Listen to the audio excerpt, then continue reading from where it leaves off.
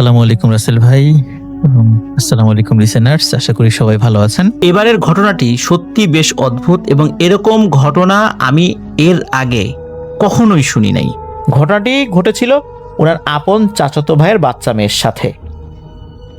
ওনাদের যে বাড়িটা, এই বাড়িটা কিন্তু গ্রামের একদম শেষ প্রান্তে, গাছ গাছালি দ্বারা পরিপূর্ণ। এক কথায় যে কেউ বলবে এটা ভুতুড়ে বাড়ি। আশেপাশে সব হিন্দু ধর্মাবলম্বী পরিবারের বসবাস। ওখানে শুধু দুটো বাড়ি মুসলিম পরিবারের, তার মধ্যে ওনাদের একটা। ওনাদের ওই জায়গা কেন্দ্রিক অনেক ঘটনা রয়েছে, সেগুলো উনি পরবর্তীতে পাঠাবেন বলে জানিয়েছেন। ওনার যে স্কুলটা, অর্থাৎ যেখানে উনি শিক্ষকতা করেন, স্কুলটা কিন্তু অনেক বড়। বড় হলেও কিন্তু ওয়াশরুমের ভালো ব্যবস্থা সেখানে নেই। বেশিরভাগ বাচ্চারা বিভিন্ন জায়গায় জল বিয়োগ করে ফেলে, কেননা ওয়াশরুম যেগুলো রয়েছে একটু দূরে দূরে। আর ছোট বাচ্চা ছাড়া, এই ছোট বাচ্চারা এত দূরত্বে গিয়ে তারা ওয়াশরুম করবে, আসলে এটা তাদের জন্য বেশ কঠিন হয়ে যায়। আর ছোট বাচ্চা যারা, এই বাচ্চাদেরকে আর কী বা বলা যায়, বড়দের যেরকম বুঝ রয়েছে তাদের তো আর সেটা নেই। ঠিক এরকম কারণেই ওনার চাচাতো ভাইয়ের মেয়ে, সে ক্লাস থেকে বেরিয়ে মাঠের একটা পাশে জল বিয়োগ করে আবার ক্লাসে চলে এসেছে। স্কুল শেষে সে বাড়িতে গিয়েছে সন্ধ্যার পর। হঠাৎ করে পরিবারের সদস্যরা দেখে মেয়েটার হাত পা বাঁকা হয়ে যাচ্ছে। ওনারা দ্রুত তেল মালিশ করতে শুরু করেন। ঘণ্টাখানেকের মধ্যে সেটা ঠিকও হয়ে যায়। ওই দিনের মতো তো এটা এরকমই হলো। পরের দিন সন্ধ্যার পর ঘটে আরো ভয়ঙ্কর ব্যাপার। হঠাৎ করে তার শরীর বাঁকা হতে থাকে। শরীরটা মনে হচ্ছে মেরুদণ্ড থেকে বাঁকা হয়ে যাচ্ছে। ইংরেজি ইউ শেপের মতো একটা শেপ হয়ে যাচ্ছে। এটা দেখে পরিবারের সদস্যরা ভয়ে আতঙ্কে চিৎকার চেঁচামেচি কান্নাকাটি করতে থাকে। দ্রুত একটা গাড়ি রেডি করে হসপিটালে নিয়ে যাওয়ার জন্য ওনারা প্রস্তুতি নিয়েছেন। গাড়িতে যখন ওঠানো হয় তখন মনে হচ্ছে আস্তে আস্তে তার শরীরটা স্বাভাবিক হয়ে যাচ্ছে। ডাক্তারের কাছে নিয়ে যাওয়া হলে ডাক্তার তাৎক্ষণিকভাবে কিছু পরীক্ষা নিরীক্ষা তো করেছেন। এরপর উনি দেখার পর বলেন যে বাচ্চার তো ওরকম কোনো সমস্যা দেখা যাচ্ছে না, সব কিছু তো নর্মাল। তো যেহেতু সব কিছু নর্মাল, অতিরিক্ত ভয় পাওয়ার কারণে হয়তো এরকমটা হতে পারে। উনি কিছু ট্রিটমেন্ট দিয়ে বাড়ি পাঠিয়ে দেন। ওকে নিয়ে ওনারা বাড়িতে চলে আসার সময় পুরো রাস্তা ভালোই ছিল, কিন্তু বাড়িতে আসার পর বিছানায় শোয়ার সাথে সাথে আবার আগের অবস্থা হয়। তখন সবাই বলে একজন ভালো কবিরাজ বা হুজুর দেখাতে হবে। তারপর তাকে নিয়ে একটা কবিরাজের কাছে যাওয়া হয়। কবিরাজ তেল, পানি, গোলাপ জল এসব দিয়ে দেন। একটা নিয়ম মেনে এগুলো ব্যবহার করতে বলেন। 4-5 দিন আল্লাহর রহমতে কোনো সমস্যা হয়নি। এরপর এক রাতে বাচ্চাটার মারাত্মক পেট ব্যথা শুরু হয়ে যায়। তারপর ওই যে পানিটা কবিরাজ দিয়েছিল, ওই পানিটা তার পেটে ছিটা দিতেই চিৎকার করে ওঠে মেয়েটা। এরপর দেখা গেল যে বাচ্চাটার মা আয়াতুল কুরসি যখন পড়া শুরু করেছে, তখন বাচ্চাটার শরীরের ভিতর থেকে বিকট এক শব্দে মনে হলো কেউ হেসে উঠেছে। হাসিটা মনে হচ্ছে যে আসলে বাচ্চা মেয়েটার না, কারণ এই ধরনের শব্দ, এই ধরনের কণ্ঠ কোনো বাচ্চার হতেই পারে না। এক নাগারে কথা বলছে, এলোমেলো কথা বলছে, তো বলছেই এইটারে নিয়ে যাব, ওইটারে নিয়ে যাব, এটা করব, ওইটা করব, এরকম বলতেছে। কখনো গান গায়, কখনো কান্না করে, হাসে। তো অনেক বছর আগে এই বাড়িতে কি হয়েছে না হয়েছে সেসব বলছে। তখন পরিবারের সদস্যরা দ্রুত মসজিদে একজন হুজুরকে নিয়ে আসেন। উনি আসেন, আসার পর উনি ওনার জায়গা থেকে চেষ্টা করছেন যে বাচ্চা মেয়ে, ওকে কষ্ট দিও না। একটা পর্যায়ে হুজুরের সাথে তর্ক শুরু হয়। তখন হুজুর বলেন যে দেখো, এই বাচ্চা মেয়েটাকে যে কষ্ট দিচ্ছ, তোমাকেও তো একদিন আল্লাহ তাআলার দরবারে হাজির হতে হবে, তখন কি জবাব দেবে? এই কথার উত্তরে নাকি ওই জিনটা বলে ওঠে, আমি তো কোনো আল্লাহ মানি না, তোমার আল্লাহ রে আমাকে দেখাও তো এখন। যখন এই কথা বলেছে, হুজুর তো এইবার মারাত্মক রেগে গেছেন। হুজুর বুঝতে পারেন যে এটা ভয়ঙ্কর শয়তান প্রকৃতির জিন। যেহেতু আল্লাহ সুবহানাহু ওয়া তাআলা সম্পর্কে এমন কটু কথা বলেছে, এর সাথে আর কোনো কথা হবে না, ওকে আর কোনো অনুরোধও করা হবে না, যা করার দরকার এখন করতে হবে। উনি তখন কিছু কঠিন রুকিয়া শুরু করে দিয়েছেন। কয়েক মিনিট চলার পরেই চিৎকার চেঁচামেচি শুরু হয়েছে। জিনটা বলছে, আরে থাম থাম, আমি চলে যাব, আমাকে ছেড়ে দে, আমাকে একটা ললিপপ দে। সাথে সাথে দোকান থেকে একটা ললিপপ কিনে এনে দিলে সে ললিপপটা খায়, যেভাবে বাচ্চারা খায় আর কি। বাচ্চা মেয়েটাই কিন্তু খাচ্ছে, কিন্তু জিনিসটা জিনে চেয়েছে। ললিপপ খাওয়াটা মনে হলো কয়েক মিনিটের মধ্যে শেষ হয়ে গেল। মানে এমনভাবে জিহ্বা দিয়ে চেটে চেটে খেয়ে ফেলেছে, কয়েক মিনিটের মধ্যে এটা শেষ হয়ে যায়। এত দ্রুত সাধারণত ললিপপ শেষ হয় না। এরপর বলে, আমি চলে যাচ্ছি। এখন এই মেয়েটা ঘুম থেকে জেগে উঠবে। তারপর হলো কি, বাচ্চা মেয়েটার গলা দিয়ে কেমন যেন একটা ঢেকুর ওঠার মতো ঢক করে একটা শব্দ হলো। এরপর সে শুয়ে পড়ল। শুয়ে পড়ার 15 থেকে 20 সেকেন্ড পর মেয়েটা চোখ খুলল। চোখ খোলার পর উঠে তার মাকে জড়িয়ে ধরে বলে, আমার খুব ভয় করছে, এই বলে কান্না শুরু করে দিয়েছে। এরপর হুজুর কিছু দোয়া লিখে দিলেন কাগজে। উনি বলে গেলেন যে এগুলো মাগরিবের আজানের সাথে সাথে আগুনে পোড়াতে হবে। পরের দিন বিকাল থেকে বাচ্চা মেয়েটার সাথে আবার ঘটনা শুরু হয়ে যায়, অর্থাৎ তার শরীরটা বেঁকে যাচ্ছে, সে অস্থির হয়ে যাচ্ছে। মাগরিবের আজানের ঠিক আগ মুহূর্তে মনে হচ্ছিল ওর গলা কেউ চেপে ধরে আছে, ও কথাই বলতে পারছে না। ও শুধু চিৎকার করে বলছে যে আমি কথা বলতে পারছি না, আমার গলা চেপে ধরেছে, আমাকে মেরে ফেলবে, জাস্ট এতটুকুই বলতে পেরেছে। এরপর সে আর কোনো কিছু বলতে পারে না, তার শরীর বেঁকে যাচ্ছে। তখন এই পরিবারের সদস্যরা কি করবে ঠিক আসলে বুঝে উঠতে পারছিলেন না। একটা কাগজ ওনারা পুড়িয়েছেন। পোড়ানোর পর দেখা গেল যে এখন একটু স্বাভাবিক হয়ে গেছে মেয়েটা। ওই রাতের মতো এরকমই চলে গেল, আর কোনো সমস্যা হয়নি। পরের দিন ঠিক মাগরিবের আজানের আগ মুহূর্তে বাচ্চা মেয়েটার সাথে আবারও সমস্যা শুরু হয়ে গেল। এবার ওই হুজুরকে ফোন দেয়া হয়। হুজুর বলেন যে এই কাজটি ওরা সম্পন্ন করতে দেবে না, এই জন্যই মূলত ঠিক মাগরিবের আজানের আগে থেকে এই ধরনের সমস্যা শুরু হচ্ছে, কিন্তু এটা থামানো যাবে না, এটা করেই যেতে হবে। আর এই কাজ যখন শুরু হবে তখন কোনো উঠতি বয়সী মেয়ে আশেপাশে থাকা যাবে না, তাহলে কিন্তু তাদেরও সমস্যা হবে, এর একটা প্রভাব তাদের উপর পড়বে। পরিবারে এই ধরনের কিশোরী মেয়ে যারা আছে বা যুবতী মেয়ে যারা আছে, তারা তখন এই কাগজটা পোড়ানোর সময় অন্যান্য রুমে অবস্থান করেন। এদিকে যেই দিনই, অর্থাৎ প্রতিদিনই তো করতে হবে একটা নির্দিষ্ট সময় পর্যন্ত, প্রত্যেক দিন মাগরিবের আগে থেকে বাচ্চা মেয়েটার উপরে এই অত্যাচার শুরু হয়ে যায়। তবে ঠিকঠাক মতো কাজটা করতে হবে, এটাই হুজুর বলে দিয়েছিলেন, ভয় পাওয়া যাবে না। কয়েকদিন যাবার পর সমস্যাটা আরো বেড়ে গেল বলতে ঠিক মাগরিবের আজানের আগ মুহূর্তে সমস্যাটা আরো বেড়ে গেল। দেখা গেল বাচ্চা মেয়েটা এত জোরে শ্বাস নিয়েছে, শ্বাস নেওয়ার পর তার বুকের ছাতিটা অনেকটা ফুলে উঠেছে। একই অবস্থায় আছে, সে কিন্তু শ্বাস ছেড়ে দিচ্ছে না। কিছু সময় শ্বাস ধরে রেখে হঠাৎ করে শ্বাসটা ছেড়ে দেয়, তখন মনে হচ্ছে একবারে বুকের ছাতিটা ধপাস করে নিচে নেমে গেল। আবার সে শ্বাস নিচ্ছে, ধরে রেখেছে, আবার একবারে নেমে গেল। এভাবে সে শ্বাস প্রশ্বাস চালাচ্ছিল। এটা দেখলে যে কারো চোখে পানি চলে আসবে যে বাচ্চা মেয়েটা এত কষ্ট পাচ্ছে। হুজুর এই কাজ শেষ হওয়ার আগেই, অর্থাৎ 7 দিন বা এরকম একটা সময় দিয়েছিলেন, তো এর আগেই একদিন এশার নামাজের পর আসেন।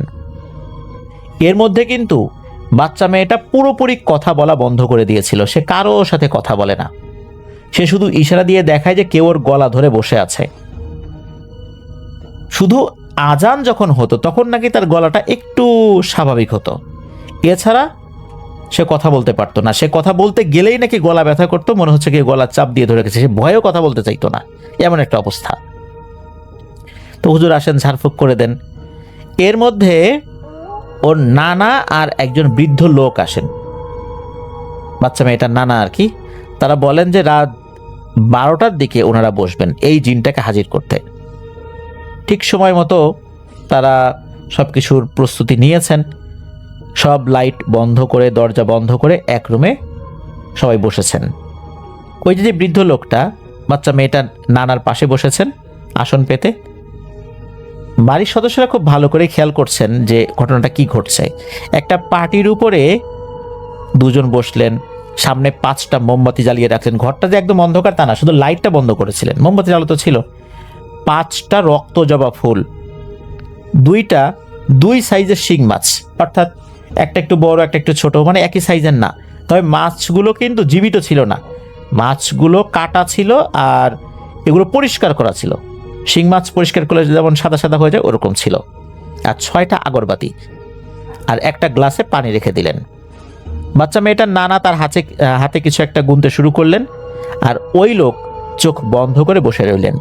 একসময় ওই লোকের শরীরটা কেঁপে উঠল, আর 2 হাত একসাথে করে নিচে যে পাটিটা ছিল পাটিতে ধাক্কা দেওয়ার মতো করে জোরে জোরে এভাবে হাতগুলো আঘাত করছেন ওই পাটির সাথে। তারপর গড় গড় গড় গড় আওয়াজ হতে শুরু করলো, আর একটা নাকি নাকি শব্দে সালাম দিল। পরে উনি সেই সালামের উত্তর নিয়ে বললেন যে আজকে আপনাকে এখানে ডাকার মূল কারণটা বলি। এটা বলতে বলতেই ওই জিনটা বলছে বেশি কিছু বলতে হবে না, আমি এখানে হাজির হওয়ার আগেই সব তথ্য আমি নিয়েছি। মূলত একটা দুষ্টু জিনকে পেয়েছি, আমি ওকে বন্দি করে আমার সাথে নিয়ে গেছি এর মধ্যেই। এখন আমার কাছেও বন্দি আছে, ওর কাছ থেকে আমি সবকিছু শুনেছি, নতুন করে তোমাদেরকে আর কিছু বলতে হবে না। পরে বাচ্চা মেয়েটার নানা বললেন যে এখন কি করা যায়, কেন এসব হলো? তখন সেই ভালো জিনটা বলল এদের কাজই হচ্ছে এমন করা, এখন ওকেই আমি পাঠাই, ওর মুখ থেকেই আপনারা সব শোনেন। তবে সাবধান, ওকে বেশি কিছু করবেন না বা উল্টাপাল্টা আপনারা কিছু বলবেন না, এতে হিতে বিপরীত হয়ে যেতে পারে, কারণ এরা কিন্তু ভালো না, এদের দেওয়া কথার কোনো মূল্য নেই, এরা খুবই ধোঁকাবাজ শ্রেণীর। এরপর কয়েক সেকেন্ড গ্যাপ, হঠাৎ করেই ওই বৃদ্ধ লোকটার শরীরটা একটু কেঁপে উঠল, একটা বিশ্রী হাসি দিয়ে বলে নমস্কার। তখন বাচ্চা মেয়েটার নানা বললেন আপনি আমার নাতনির সাথে কেন এমনটা করছেন? তখন ওই জিনটা বলে এই মেয়ে আমার উপরে জল বিয়োগ করে দিয়েছে, তাও ঠিক দুপুর 12টায়, তাই ওকে ধরছি। তখন বাচ্চা মেয়েটার নানা বলেন যে আচ্ছা ধরছেন, ওকে যথেষ্ট কষ্ট দিয়েছেন, এখন আর ওকে কষ্ট দিবেন না, বাচ্চা মানুষ না বুঝে করেছে, ও তো আর আপনাকে দেখেনি। পরে ওই জিনটা বলে আচ্ছা ঠিক আছে, আমাকে যদি মুক্তি দেওয়া হয় তাহলে আমি চলে যাবো, আর আসবো না, আর আপনাদের বাড়ি আপনারা বন্ধ করে দেবেন। এরপর কয়েক সেকেন্ড গ্যাপ, আবার প্রথম যে জিনটা সে চলে আসে, সালাম দেয়, সে বলে ও এখন আমার কাছে বন্দি, ওকে নিয়ে আমি ওদের এলাকাতেই যাব, সেখানে গিয়ে ওদের সর্দারের সাথে কথা বলে আলোচনা করে এসে আপনাদেরকে জানাবো কি করলে ওরা একেবারে চলে যাবে, আপনারা অপেক্ষা করেন। এই বলে আবার সালাম দিয়ে অনুমতি নিয়ে চলে গেলেন। সবাই কিন্তু বসে আছে, টুকটাক কথা একজন আরেকজনের সাথে বলছেন, তবে ওই যে বৃদ্ধ লোকটা উনি কিন্তু চুপচাপ বসে আছেন, কারোর সাথে কথা বলছেন না, তার কথা বলা নিষেধ। প্রায় 1 ঘন্টার কাছাকাছি সময় পর আবার ওই বৃদ্ধ লোকটার উপরে ওই জিনটা এসে হাজির হয়। তারপর সালাম দেন, সালাম দেওয়ার পর ওই জিনটা বলেন যে আমি তোকে নিয়ে গিয়েছিলাম, স্কুলের পেছনে একটা পরিত্যক্ত বাড়ি আছে, ওখানেই ওদের আস্তানা, তারা 1-2 না, পুরো একটা গোত্র ওখানে আস্তানা গেড়েছে।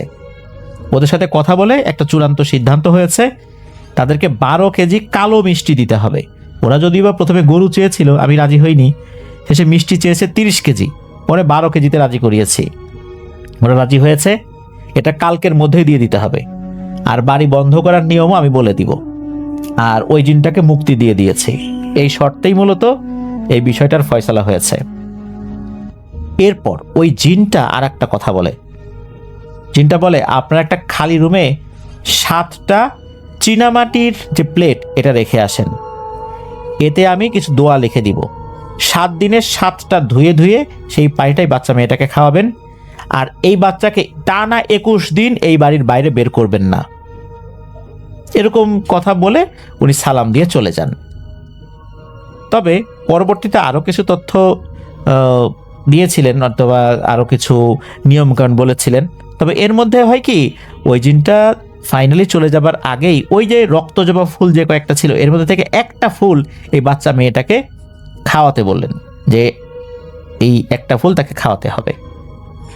তো যাই হোক, আরও বেশ কিছু বিষয় দেখা যাচ্ছে যে কার কি সমস্যা, আরও বিভিন্ন বিষয় নিয়ে ওই সময় আলোচনা হয়েছিল, বিভিন্ন বিষয়ে আলোচনা হয়েছে, সেগুলো আসলে আমরা এখন আলোচনা না করি, মানে এই ঘটনার মধ্যে সেগুলো না বলি, এটা অন্যান্য বিষয়, পরিবারের মূল বিষয় না এটা। তবে ওই জিনটা বলেছিল যে এই বাড়িটা পাহারা দেবার জন্য কিছু জিন থাকবে এখানে, আর এরাই মূলত এই বাড়িটা বন্ধ করে দিয়ে চলে যাবে। তাদেরকে কিছুই করতে হবে না, তাদেরকে বাড়ি বন্ধ করতে হবে না, জিনেরাই এই বাড়িটা বন্ধ করে দিয়ে চলে যাবে।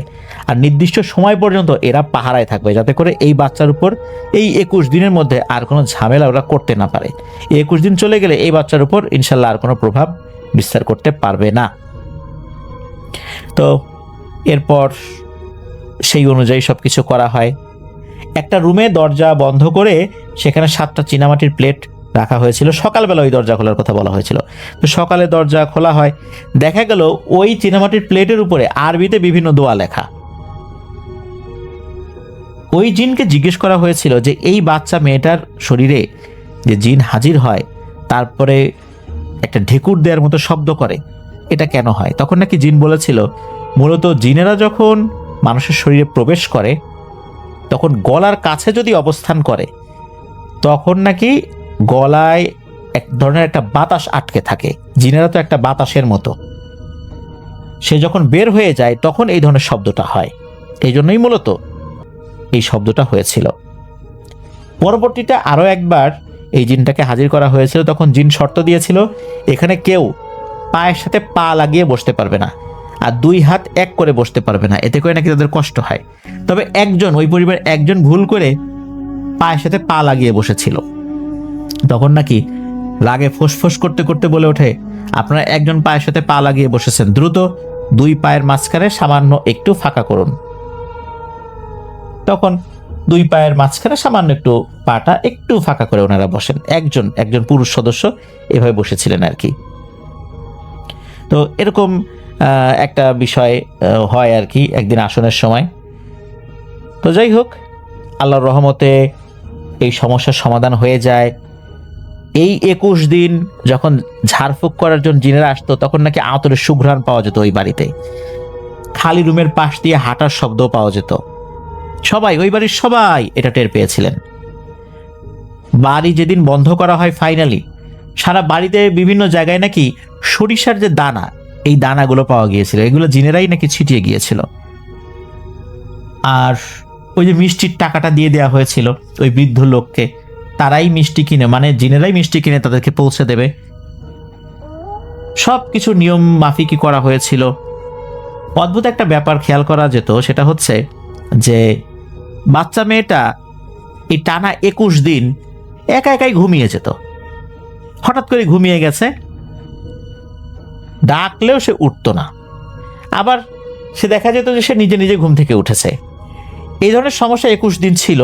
21 দিন পর আল্লাহর রহমতে পরিপূর্ণ সুস্থ হয়ে যায়। এখন সে দিব্যি সুস্থই আছে আলহামদুলিল্লাহ, দিব্যি লেখাপড়া করছে, তার জন্য দোয়া রইল, শুভকামনা রইল।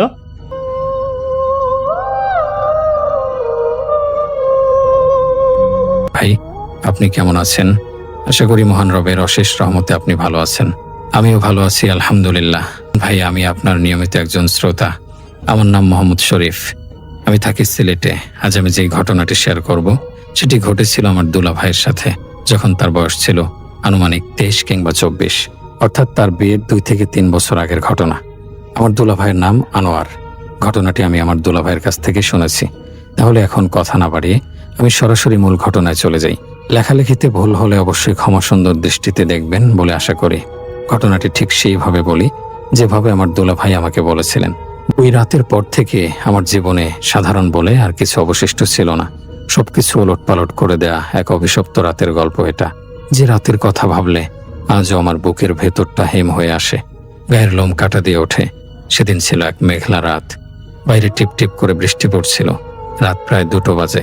আমি নিজের ঘরে পড়ার টেবিলে বসে একটা বইয়ের পাতায় মনোযোগ দেওয়ার বৃথা চেষ্টা করছিলাম, কিন্তু ঘুম আর অস্থিরতায় বারবার মনোযোগ ছুটে যাচ্ছিল। হঠাৎই ফোনের তীব্র চিৎকারে আমার ঘোর কাটল। এত রাতে সাধারণত কেউ ফোন করে না। অজানা এক আশঙ্কায় আমার বুকটা কেঁপে উঠল। ফোন হাতে নিয়ে দেখি ফুপুর বাসা থেকে কল এসেছে। কাঁপা কাঁপা হাতে ফোনটা রিসিভ করতেই ওপাশ থেকে ফুপার কান্নায় ভেঙে পড়া কণ্ঠস্বর ভেসে এলো, আনোয়ার বাবা, সব শেষ হয়ে গেছে। আরিফ আর নেই। কথাটা শুনে আমার মাথার ভেতর যেন 1000 ভোল্টের বিদ্যুৎ খেলে গেল। কানে কিছু ঢুকছিল না, মনে হচ্ছিল চারপাশের সব শব্দ থেমে গেছে। শুধু ফুফার কান্নার প্রতিধ্বনি আমার মগজে হাতুড়ির মতো আঘাত করছে। আরিফ আমার ফুফাতো ভাই, আমার সবচেয়ে কাছের বন্ধু। আমার চেয়ে 1 বছরের ছোট হলেও আমাদের সম্পর্কটা ছিল বন্ধুর চেয়েও বেশি। আমরা একসাথে বড় হয়েছি, একসাথে খেলেছি, জীবনের সব ছোট বড় কথা একে অপরের সাথে ভাগ করে নিয়েছি। সে আরিফ আর নেই, এটা বিশ্বাস করা আমার জন্য অসম্ভব ছিল। ফুফা জানালেন আরিফ আত্মহত্যা করেছে। সে এলাকার এক মেয়েকে ভালোবাসতো, কিন্তু কিছুদিন আগে মেয়েটার পরিবার জোর করে অন্য জায়গায় তার বিয়ে দিয়ে দেয়। এই কষ্টটা আরিফ মেনে নিতে পারেনি। কাউকে কিছু না বলে, কাউকে কিছু বুঝতে না দিয়ে সে নীরবে নিজের জীবনটা শেষ করে দিয়েছে। ফুফা বললেন, বাবা তোরা একবার আয়, শেষ দেখাটা দেখে যা। ফোনটা রাখতেই আমার হাত পা ঠান্ডা হয়ে আসছিল। আমি দৌড়ে বাবা মায়ের ঘরে গেলাম। তাদেরকে খবরটা দিতেই ঘরে কান্নার রোল পড়ে গেল। মা চিৎকার করে কাঁদতে লাগলেন, বাবা পাথর হয়ে গেলেন। আমাদের শোক করার মতো সময় ছিল না। শেষ দেখার জন্য যেতে হবে। রাতের 3টা বাজে, বাইরে তখনও বৃষ্টি। আমরা তাড়াহুড়ো করে তৈরি হয়ে নিলাম। আরিফদের বাড়ি আমাদের এখান থেকে খুব বেশি দূরে নয়, হেঁটে গেলে 1 ঘন্টারও কম সময় লাগে। কিন্তু সেই রাতের পথটুকু আমার কাছে অনন্তকালের মতো দীর্ঘ মনে হচ্ছিল। ভেজা রাস্তা, সোডিয়াম লাইটের হলদে আলোয় ভেজা পিচ ঢালা পথ চিকচিক করছিল। চারদিকে এক ভুতুড়ে নীরবতা, শুধু আমাদের পায়ের দ্রুত শব্দ আর মায়ের চাপা কান্নার আওয়াজে সেই নীরবতাকে ভেঙে খান খান করছিল। আরিফদের বাড়ির কাছাকাছি পৌঁছাতেই কান্নার আওয়াজটা আরো স্পষ্ট হলো। বাড়ির সামনে অনেক মানুষের জটলা। আমাদের দেখে কান্নার রোল আরো বেড়ে গেল। ঘরে ঢুকতেই এক হৃদয় বিদারক দৃশ্যের সম্মুখীন হলাম। ফুফু মাটিতে গড়াগড়ি করে কাঁদছেন। আমার বাবাটাকে এনে দে, আমার সোনাটাকে ফিরিয়ে দে বলে বিলাপ করছেন। ফুফা দেয়াল ধরে দাঁড়িয়ে নিঃশব্দে কাঁদছেন। তার পুরো শরীরটা কাঁপছে। ঘরের বাতাসে যেন শোক আর মৃত্যুর এক ভারী গন্ধ ভাসছিল। ঘরের মাঝখানে মেঝেতে একটা সাদা চাদর দিয়ে ঢাকা আরিফের নিথর দেহটা শোয়ানো ছিল। আমি আর স্থির থাকতে পারলাম না। আমার পা দুটো যেন অবশ হয়ে আসছিল। বাবার কাঁধে ভর দিয়ে আমি কোনো রকমে আরিফের লাশের পাশে গিয়ে দাঁড়ালাম। একজন বয়স্ক আত্মীয় চাদরটা সরাতেই আমার বুকের ভেতরটা মোচড় দিয়ে উঠল। এই কোন আরিফকে দেখছি আমি? এই তো সেই মুখ যা সবসময় হাসি খুশিতে উজ্জ্বল থাকতো, কিন্তু এখন সেই মুখে মৃত্যুর কি ভয়ানক ছাপ। তার জিহ্বাটা কিছুটা বের হয়ে এসেছিল, দাঁতের ফাঁকে আটকে ছিল। চোখ দুটো পুরোপুরি বন্ধ হয়নি, রক্তবর্ণ ধারণ করে যেন খোলা রয়েছে। গলায় দড়ির গভীর কালো দাগ বসে গেছে, যেন কেউ গরম লোহা দিয়ে ছেঁকা দিয়েছে। আর তার মুখ থেকে অনবরত লালা ঝরছিল, যা তার গাল বেয়ে মেঝেতে গড়িয়ে পড়ছিল। দৃশ্যটা এতটাই ভয়াবহ ছিল যে আমার বমি চলে আসছিল। আমি মুখ ফিরিয়ে নিলাম। মা ফুফুকে সান্ত্বনা দিতে ছুটে গেলেন, কিন্তু কে কাকে সান্ত্বনা দেবে? সবার অবস্থায় তখন শোচনীয়। অনেকক্ষণ কান্নাকাটি চলল। এরপর কয়েকজন মুরব্বী পরামর্শ দিলেন যে জানাজা ও দাফনের ব্যবস্থা করা উচিত। কিন্তু তখন রাত প্রায় 4টা বাজে। এত রাতে গোসল করানোর জন্য মানুষ পাওয়া বা অন্যান্য ব্যবস্থা করা কঠিন। তাই সিদ্ধান্ত হলো ফজরের আজানের পর সবকিছুর ব্যবস্থা করা হবে। কিন্তু এই বাড়িতে ঢোকার পর থেকেই আমার ভেতরটা কেমন যেন অদ্ভুত লাগছিল। শরীরটা অস্বাভাবিক ভারী মনে হচ্ছিল যেন আমার কাঁধের ওপর কেউ অদৃশ্য কোনো বোঝা চাপিয়ে দিয়েছে। এক ধরনের অজানা ভয় আর অস্থিরতা আমাকে গ্রাস করছিল। এত মানুষের ভিড়, এত কান্নার শব্দের মাঝেও আমার বারবার মনে হচ্ছিল কেউ একজন স্থির দৃষ্টিতে শুধু আমার দিকেই তাকিয়ে আছে। একজোড়া অদৃশ্য চোখ যেন ভিড়ের ভেতর থেকে আমাকে খুঁজে নিয়ে বিদ্ধ করছে। আমি বারবার চারপাশে তাকাচ্ছিলাম, কিন্তু কান্নারত বা বিষণ্ণ মুখগুলো ছাড়া আর কিছুই চোখে পড়ছিল না। এই অনুভূতিটা কোনোভাবেই আমার মন থেকে যাচ্ছিল না। এটা শোক বা মানসিক চাপ ছিল না, এর মধ্যে অন্য কিছু ছিল। এক ধরনের হিমশীতল আতঙ্ক আমার শির দ্বারা বেয়ে নিচে নেমে যাচ্ছিল। আমার মনে হচ্ছিল এই বাড়িতে, এই লাশের আশেপাশে এমন কিছুর উপস্থিতি আছে যা স্বাভাবিক নয়। এই অনুভূতিটা আমার মনের মধ্যে এক গভীর ভয়ের জাগরণ তৈরি করছিল। আমি ঘামছিলাম, যদিও ঘরের ভেতরটা ঠান্ডা ছিল। বারবার আমার দৃষ্টি আরিফের নিথর দেহের দিকে চলে যাচ্ছিল। চাদরে ঢাকা ওই দেহটার দিকে তাকালে আমার মনে হচ্ছিল ওটা শুধু একটা লাশ নয়, ওটার সাথে জড়িয়ে আছে আরো ভয়ঙ্কর কিছু। ফজরের অপেক্ষা করতে করতে সেই রাতের প্রতিটি মুহূর্ত আমার কাছে এক একটি বিভীষিকার মতো মনে হচ্ছিল। আমি জানতাম না আসলে ভয়ঙ্কর অভিজ্ঞতার তো কেবল শুরু হতে চলেছিল। শোক আর কান্নার সেই ভারী পরিবেশে সময় যেন থমকে গিয়েছিল। ফজরের আজানের অপেক্ষায় আমরা সবাই চুপচাপ বসেছিলাম। কেউ কাঁদছিল, কেউ বা শূন্য দৃষ্টিতে তাকিয়েছিল আরিফের লাশের দিকে। আমার ভেতরে সেই অদ্ভুত ভয় আর অস্বস্তিটা কমার বদলে বেড়েই চলছিল। আমার মনে হচ্ছিল এই ঘরের বাতাস স্বাভাবিক নয়, এর মধ্যে এমন কিছু মিশে আছে যা অদৃশ্য এবং অশুভ। হঠাৎ করেই আমি একটা ডাক শুনলাম, আনোয়ার। ডাকটা এতটাই স্পষ্ট ছিল যে আমি চমকে উঠে চারপাশে তাকালাম, কিন্তু সবাই তো নিজের জগতে মগ্ন, কেউ তো আমাকে ডাকেনি। আমি ভাবলাম হয়তো মনের ভুল, শোকের কারণে হয়তো এমনটা হচ্ছে। কিন্তু কয়েক মুহূর্ত পরেই আবার সেই ডাক, আনোয়ার। এবার আমার বুকের ভেতরটা ধড়াস করে উঠল। কণ্ঠস্বরটা অদ্ভুত, এটা কোনো চেনা মানুষের কণ্ঠ নয়। এটা কি কোনো পুরুষের নাকি মহিলার কণ্ঠ তা বোঝার উপায় নেই। স্বরটা অস্বাভাবিক কর্কশ, গভীর এবং ভেতরের দিক থেকে কাঁপছিল। মনে হচ্ছিল যেন কোনো 100 বছরের পুরনো শ্যাওলা পড়া পরিত্যক্ত কূপের গভীর থেকে আওয়াজটা উঠে এসে সরাসরি আমার কানে লাগছে।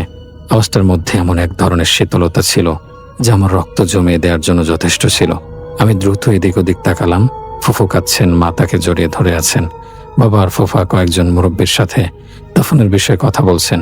অন্য আত্মীয়রা হয় নিজের মধ্যে ফিসফিস করছে, নয়তো মন খারাপ করে বসে আছে।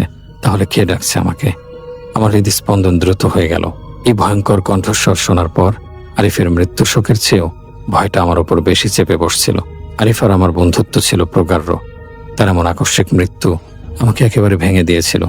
কিন্তু এখন এই অলৌকিক ঘটনা আমার শোককেও ছাপিয়ে যাচ্ছিল। আমি কান পেতে রইলাম, কিছুক্ষণ সব চুপচাপ। আমি নিজেকে বোঝানোর চেষ্টা করলাম এটা আমার মনের বিভ্রম ছাড়া আর কিছুই নয়। কিন্তু আমার ভাবনাকে ভুল প্রমাণ করে দিয়ে আবারও সেই ডাক ভেসে এলো। তবে এবার যা ঘটল তাতে আমার শরীর বেয়ে এক শীতল স্রোত বয়ে গেল। সেই কর্কশ গম্ভীর কণ্ঠস্বরটা ধীরে ধীরে বদলে যেতে লাগলো। আস্তে আস্তে সেটা আমার চিরচেনা এক কণ্ঠে রূপান্তরিত হচ্ছিল, আরিফের কণ্ঠে। হ্যাঁ, হুবহু আরিফের গলা। সে যেভাবে আমাকে মজা করে আনোয়ার বলে ডাকতো, ঠিক সেইভাবেই কেউ যেন আমার কানের কাছে ফিসফিস করে উঠল। এবার আমার ভয়টা যেন কয়েকশো গুণ বেড়ে গেল। আমি বিস্ময় আর আতঙ্কে প্রায় জমে গিয়েছিলাম। আরিফ, সে তো আমার সামনে ঘরের মেঝেতে একটা নিথর দেহে পরিণত হয়ে পড়ে আছে, সাদা চাদরের নিচে তার প্রাণহীন শরীর। তাহলে তার কণ্ঠস্বর আমি কিভাবে শুনছি? আমার কি মাথা খারাপ হয়ে যাচ্ছে? আমি কি পাগল হয়ে যাচ্ছি? হাজারটা প্রশ্ন আমার মাথায় ঘুরপাক খাচ্ছিল। শোকের চেয়ে তীব্র ভয় আমার সমস্ত সত্তাকে গ্রাস করে ফেলল। আমি কাউকে কিছু বলতে পারছিলাম না। এই পরিস্থিতিতে যদি আমি বলি যে আমি আরিফের কণ্ঠ শুনতে পাচ্ছি, তাহলে সবাই ভাববে শোকে আমার মাথা খারাপ হয়ে গেছে। তারা হয়তো আমাকে সান্ত্বনা দেবে, কিন্তু কেউ আমার কথা বিশ্বাস করবে না। তাই আমি চুপ করে রইলাম। কিন্তু আমার ভেতরের ঝড়টা আমি ছাড়া আর কেউ বুঝতে পারছিল না। কিন্তু ঘটনা এখানে শেষ হলো না। সেই অলৌকিক কণ্ঠস্বরের পর থেকে আমি আরও একটি ভয়ঙ্কর জিনিস লক্ষ্য করতে শুরু করলাম। আমি ঘরের নানান জায়গায়, বিশেষ করে কোণার দিকে বা দরজার আড়ালে একটা কালো অবয়ব দেখতে পাচ্ছিলাম। প্রথমে ভেবেছিলাম আলোর স্বল্পতার কারণে হয়তো চোখের ভুল, কিন্তু বারবার একই জিনিস চোখে পড়ায় আমার সন্দেহটা আতঙ্কে পরিণত হলো। অবয়বটা ছিল একজন পূর্ণবয়স্ক মানুষের মতো, কিন্তু তার কোনো চেহারা, নাক, চোখ, মুখ কিছুই ছিল না। পুরোটাই ছিল কুচকুচে কালো, যেন কেউ রাতের অন্ধকারকে কেটে নিয়ে একটা মানুষের আকৃতি দিয়েছে। একটা বিদঘুটে কালো ছায়া মূর্তি। সবচেয়ে ভয়ের বিষয় ছিল তার উচ্চতা। আরিফ বেশ লম্বা ছিল, প্রায় 6 ফুট, আর ওই কালো অবয়বটির উচ্চতাও আমার কাছে ঠিক 6 ফুটের মতোই মনে হচ্ছিল। যতবারই আমি ওটাকে দেখছিলাম, আমার অবচেতন মন বলছিল ওটা আরিফ। কিন্তু কিভাবে সম্ভব? প্রথমবার আমি ছায়ামূর্তিটাকে দেখেছিলাম বসার ঘরের এক অন্ধকার কোণায়, যেখানে আলো পৌঁছাচ্ছিল না। ওটা স্থির হয়ে দাঁড়িয়েছে।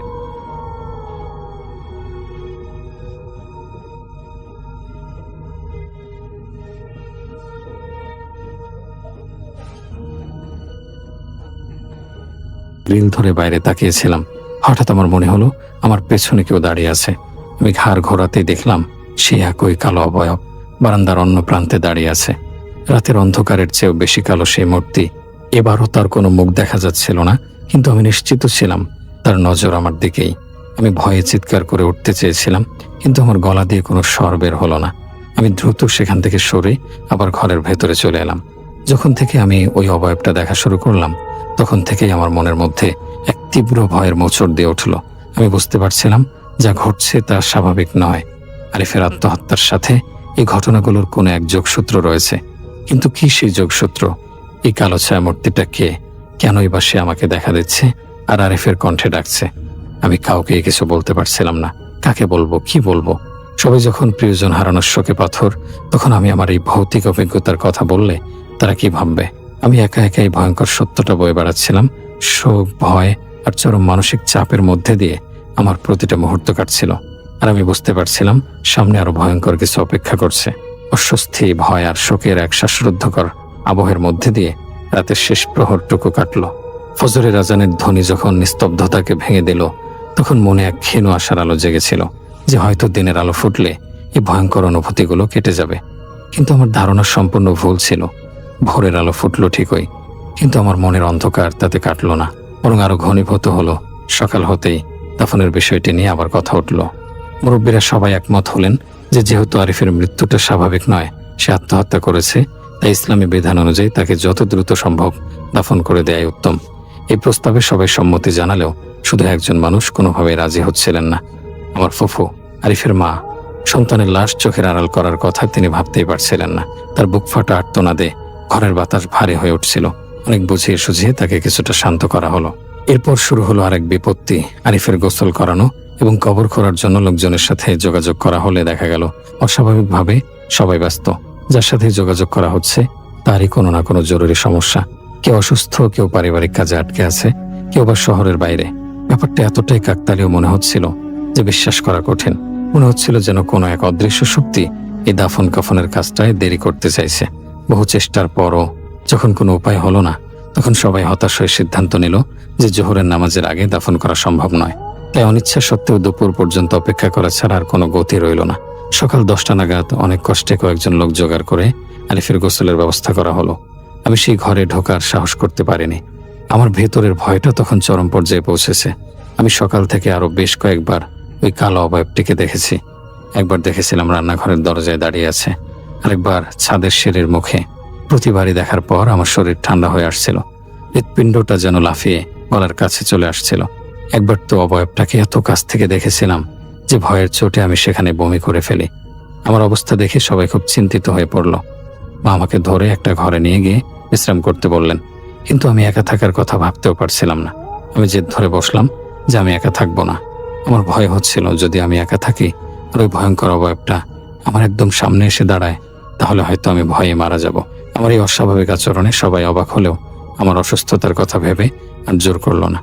আমি মায়ের পাশে বসে রইলাম, কিন্তু আমার চোখ দুটো সারাক্ষণ সতর্কভাবে ঘরের চারপাশ পর্যবেক্ষণ করছিল। সময় গড়ানোর সাথে সাথে পাড়া প্রতিবেশী, আত্মীয় স্বজনরা আসছিল। আরিফের লাশ দেখে কিছুক্ষণ বসে আবার চলে যাচ্ছিল। বাড়িটা এক শোক সভার রূপ নিয়েছিল। ঘড়ির কাঁটা ধীরে ধীরে দুপুর 1:30টার দিকে এগিয়ে চলল। আর কিছুক্ষণ পরেই জোহরের আজান দেবে। আরিফকে দাফনের জন্য নিয়ে যাওয়ার প্রস্তুতি চলছিল। তখন লাশের আশেপাশে শুধুমাত্র আমরা ঘনিষ্ঠ কয়েকজন আত্মীয় ছিলাম। বাকিরা হয় চলে গেছে, নয়তো বাইরে উঠোনে অপেক্ষা করছিল। ফুফু লাশের পাশে বসে অঝরে কেঁদেই চলেছিলেন। এমন এক শোকাতুর শান্ত পরিবেশের মধ্যে হঠাৎই আমার চিৎকারে সবাই চমকে উঠল। আমার চিৎকারটা এতটাই তীব্র আর ভয়ার্ত ছিল যে ঘরের নিস্তব্ধতা খান খান হয়ে ভেঙে গেল। লাশের পাশে বসে থাকা সবাই, এমনকি উঠোনে থাকা মানুষজন ছুটে এলো আমার দিকে। সবাই আমাকে ধরে ঝাঁকাতে লাগলো। কি হয়েছে আনোয়ার, কি হয়েছে? অমন করে চিৎকার করলে কেন? কিন্তু আমি কোনো উত্তর দিতে পারছিলাম না। আমার পুরো শরীর থরথর করে কাঁপছিল, চোখ দুটো বিস্ফারিত হয়ে গিয়েছিল। আর আমি আঙুল তুলে ঘরের একটা নির্দিষ্ট কোণার দিকে ইশারা করছিলাম, যেখানে আরিফের লাশটা রাখা ছিল। আমার গলা দিয়ে কোনো কথা বের হচ্ছিল না, শুধু গুঙ্গানির মতো একটা আওয়াজ বের হচ্ছিল। অনেকক্ষণ পর যখন আমাকে পানি খাওয়ানো হলো আর সবাই মিলে আমাকে কিছুটা শান্ত করার চেষ্টা করলো, তখন আমি ভাঙা ভাঙা গলায় সেই ভয়ঙ্কর দৃশ্যটার বর্ণনা দিলাম। আমি বললাম, আমি নিজের চোখে দেখেছি ওই কালো ছায়া মূর্তিটা, ওটা ধীরে ধীরে আরিফের মতো হয়ে যাচ্ছিল। আমার কথা শুনে ঘরের মধ্যে যেন পিনপতন নীরবতা নেমে এলো। সবাই একে অপরের মুখের দিকে তাকাতে লাগলো। আমি কান্না আর ভয়ের সাথে বলতে লাগলাম, আমি সত্যি বলছি, আমি দেখেছি ওই কুচকুচে কালো অবয়বটা আরিফের খাটিয়ার পাশে দাঁড়িয়েছিল। তারপর ওটার শরীরটা কাঁপতে শুরু করে আর ধীরে ধীরে ওটার আকৃতি বদলে যাচ্ছিল। কালো রংটা মিলিয়ে গিয়ে মানুষের চামড়ার মতো রং হচ্ছিল। আমি আরিফের মুখটা স্পষ্ট দেখতে পাচ্ছিলাম ওই অবয়বটার উপর। এই কথা শোনার পর সবাই প্রচন্ড ঘাবড়ে গেল। কয়েকজন মুরব্বী বললেন, তুমি হয়তো অসুস্থ বাবা, শোকের ঘরে উল্টোপাল্টা দেখছো, একটু বিশ্রাম নাও, সব ঠিক হয়ে যাবে। কিন্তু আমি তাদের কথা মানতে পারছিলাম না। আমি আকুতি মিনতি করে কান্না ভরা কণ্ঠে সবাইকে বোঝানোর চেষ্টা করতে লাগলাম যে এটা আমার মনের ভুল নয়, আমি যা দেখেছি তা বাস্তব। আমার কাঁপুনি, আমার চোখের ভয়, আমার কণ্ঠের আকুতি এতটাই তীব্র ছিল যে ধীরে ধীরে সবার মুখের বিশ্বাসটা সন্দেহে পরিণত হতে লাগলো। বিশেষ করে যারা সকাল থেকে আমার অসুস্থতা আর অস্বাভাবিক আচরণ লক্ষ্য করছিল, তারা আমার কথা একেবারে উড়িয়ে দিতে পারল না। আমার মা আমাকে জড়িয়ে ধরে বললেন, আমার ছেলে কখনো মিথ্যা বলে না, নিশ্চয়ই ও কিছু দেখেছে। আমার শরীর তখন কাঁপছিল। আমার মনে হচ্ছিল আমি আর এক মুহূর্ত এই বাড়িতে থাকতে পারবো না। আমার দেখা সেই দৃশ্যটা একটা নিরাকার কালো ছায়া থেকে ধীরে ধীরে আমার মৃত বন্ধুর আকৃতির ধারণ করার সেই বিকৃত রূপান্তর আমার চোখের সামনে বারবার ভেসে উঠছিল। সেই ভয়ঙ্কর দৃশ্যটা যে কতটা বিভৎস তা আমি কাউকে ভাষায় বোঝাতে পারবো না। আমার আর্তনাদ আর ভয় মাখা মুখ দেখে ধীরে ধীরে সবাই আমার কথা বিশ্বাস করতে বাধ্য হলো, কিন্তু তারা জানতো না আসল আতঙ্ক তখন অপেক্ষা করছিল তাদের জন্য। আমার চিৎকারটা ছিল শুধু ভয়ঙ্কর এক নাটকের সূচনা মাত্র। আমার সেই ভয়াল চিৎকারের পর ঘরের পরিবেশ বদলে গিয়েছিল। শোকের জায়গা দখল করে নিয়েছিল এক অজানা অলৌকিক আতঙ্ক। সবাই আমাকে নিয়ে ব্যস্ত হয়ে পড়েছিল। কেউ আমার মাথায় পানি দিচ্ছিল, কেউ আমাকে ধরে বসেছিল। আমার বলা সেই ভয়ঙ্কর অভিজ্ঞতার কথা শুনে সবার মুখেই ছিল আতঙ্কের ছাপ। ওই মুহূর্তে আরিফের লাশের কথা যেন সবাই ভুলে গিয়েছিল। কিছুক্ষণ পর আমাকে কিছুটা সামলে নিয়ে কয়েকজন মুরব্বী আবার লাশের দিকে এগিয়ে গেলেন। সবার আগে ছিলেন আমার ফুফা, অর্থাৎ আরিফের বাবা। শোক, ক্লান্তি আর দুশ্চিন্তায় তার চেহারা ভেঙে পড়েছিল। তিনি হয়তো আরিফের মুখটা শেষবারের মতো একবার দেখার জন্য বা কাফনটা ঠিক করে দেওয়ার জন্য খাটিয়ার দিকে এগিয়ে গিয়েছিলেন। কিন্তু সেখানে পৌঁছাতে না পৌঁছাতেই তার মুখ থেকে এক তীব্র চিৎকার বেরিয়ে এলো, আরিফ, আমার আরিফ কই? তার চিৎকারে যারা আমাকে নিয়ে ব্যস্ত ছিল তারা সবাই চমকে উঠল। ফুফা আবারও চিৎকার করে সবাইকে ডাকলেন, এদিকে এসো সবাই, সর্বনাশ হয়ে গেছে, লাশ নেই। আবারও চিৎকার শুনে সবাই হন্তদন্ত হয়ে লাশের জন্য নির্দিষ্ট করা স্থানটির দিকে ছুটে গেল। আমি মায়ের হাত ধরে কোনো মতে সেখানে গেলাম। গিয়ে যে দৃশ্য দেখলাম তাতে আমার পায়ের তলার মাটি সরে গেল। খাটিয়াটা খাটিয়ার জায়গাতেই পড়ে আছে, তার উপর সাদা কাফনের কাপড়টাও এলোমেলোভাবে পড়ে রয়েছে, কিন্তু ভেতরে আরিফের লাশ নেই। কাফনে মোড়ানো আরিফের দীর্ঘ দেহটা সম্পূর্ণ উধাও। এই কথা শুনে আর দৃশ্যটা দেখে সবাই যেন বাকরুদ্ধ হয়ে গেল। বিস্ময়ে একে অপরের মুখের দিকে তাকাতে লাগলো। এটা কিভাবে সম্ভব? এই ঘরের ভেতর থেকে এতগুলো মানুষের চোখের সামনে থেকে একটা আস্ত লাশ কোথাও উধাও হয়ে যেতে পারে? একে একে সবাই খাটিয়ার ওপর ঝুঁকে দেখতে লাগলো। চাদর, কাফনের কাপড় সব তুলে দেখা হলো, কিন্তু না, কোথাও লাশ নেই। ঘরের বাতাসে যেন এক হিমশীতল স্রোত বয়ে গেল। ঘড়িতে তখন সময় দুপুর 12:40-45 একটু পরে জোহরের আজান দেবে, আর ঠিক তার আগেই এই অবিশ্বাস্য অলৌকিক ঘটনাটা ঘটল। লাশ নেই দেখে সবাই যে যার মতো দিগ্বিদিক জ্ঞান শূন্য হয়ে খুঁজতে শুরু করলো। কেউ ঘরের অন্য রুমগুলোতে খুঁজছে, কেউ রান্নাঘরে, কেউ বাথরুমে।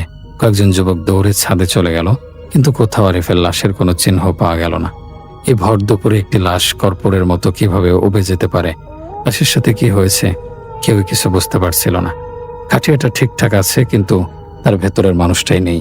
এই অবিশ্বাস্য ঘটনাটা ঘটার পর আমার বলা ওই বিদঘুটে কালো অবয়বটার আরিফের আকৃতির ধারণ করার বিষয়ে আর কারো মনে বিন্দুমাত্র সন্দেহ রইল না। সবাই বুঝতে পারছিল যে আমি কোনো মানসিক বিভ্রমে ভুগছিলাম না, বরং এক ভয়ঙ্কর সত্যের সাক্ষী হয়েছিলাম। যে অশুভ শক্তিটা সকাল থেকে আমাকে ভয় দেখাচ্ছিল, সেই শক্তি এই কাণ্ড ঘটিয়েছে। লাশ খোঁজাখুঁজি করতে করতে দুপুর গড়িয়ে বিকেল 3টা বেজে গেল। পুরো বাড়ির ছাদ, আশেপাশের ঝোপঝাড় সব জায়গায় তন্ন তন্ন করে খোঁজা হলো, কিন্তু কোথাও লাশ পাওয়া গেল না। সবাই ক্লান্ত, বিধ্বস্ত আর প্রচণ্ড ভীত হয়ে পড়েছিল। দিনের আলোতেও বাড়িটাকে এখন ভূতরে বলে মনে হচ্ছিল। এই পর্যায়ে এসে আরিফের কিছু দূর সম্পর্কের আত্মীয় যারা সকাল থেকে ছিল, তারা ভয় পেয়ে নানা রকম বাহানা করে সেখান থেকে একে একে সরে পড়তে লাগলো। তাদের চোখে মুখে ছিল তীব্র আতঙ্ক। তারা হয়তো বুঝতে পারছিল যেখানে যা ঘটছে তা কোনো মানুষের কাজ নয়। অল্প সময়ের মধ্যেই বাড়িটা প্রায় ফাঁকা হয়ে গেল।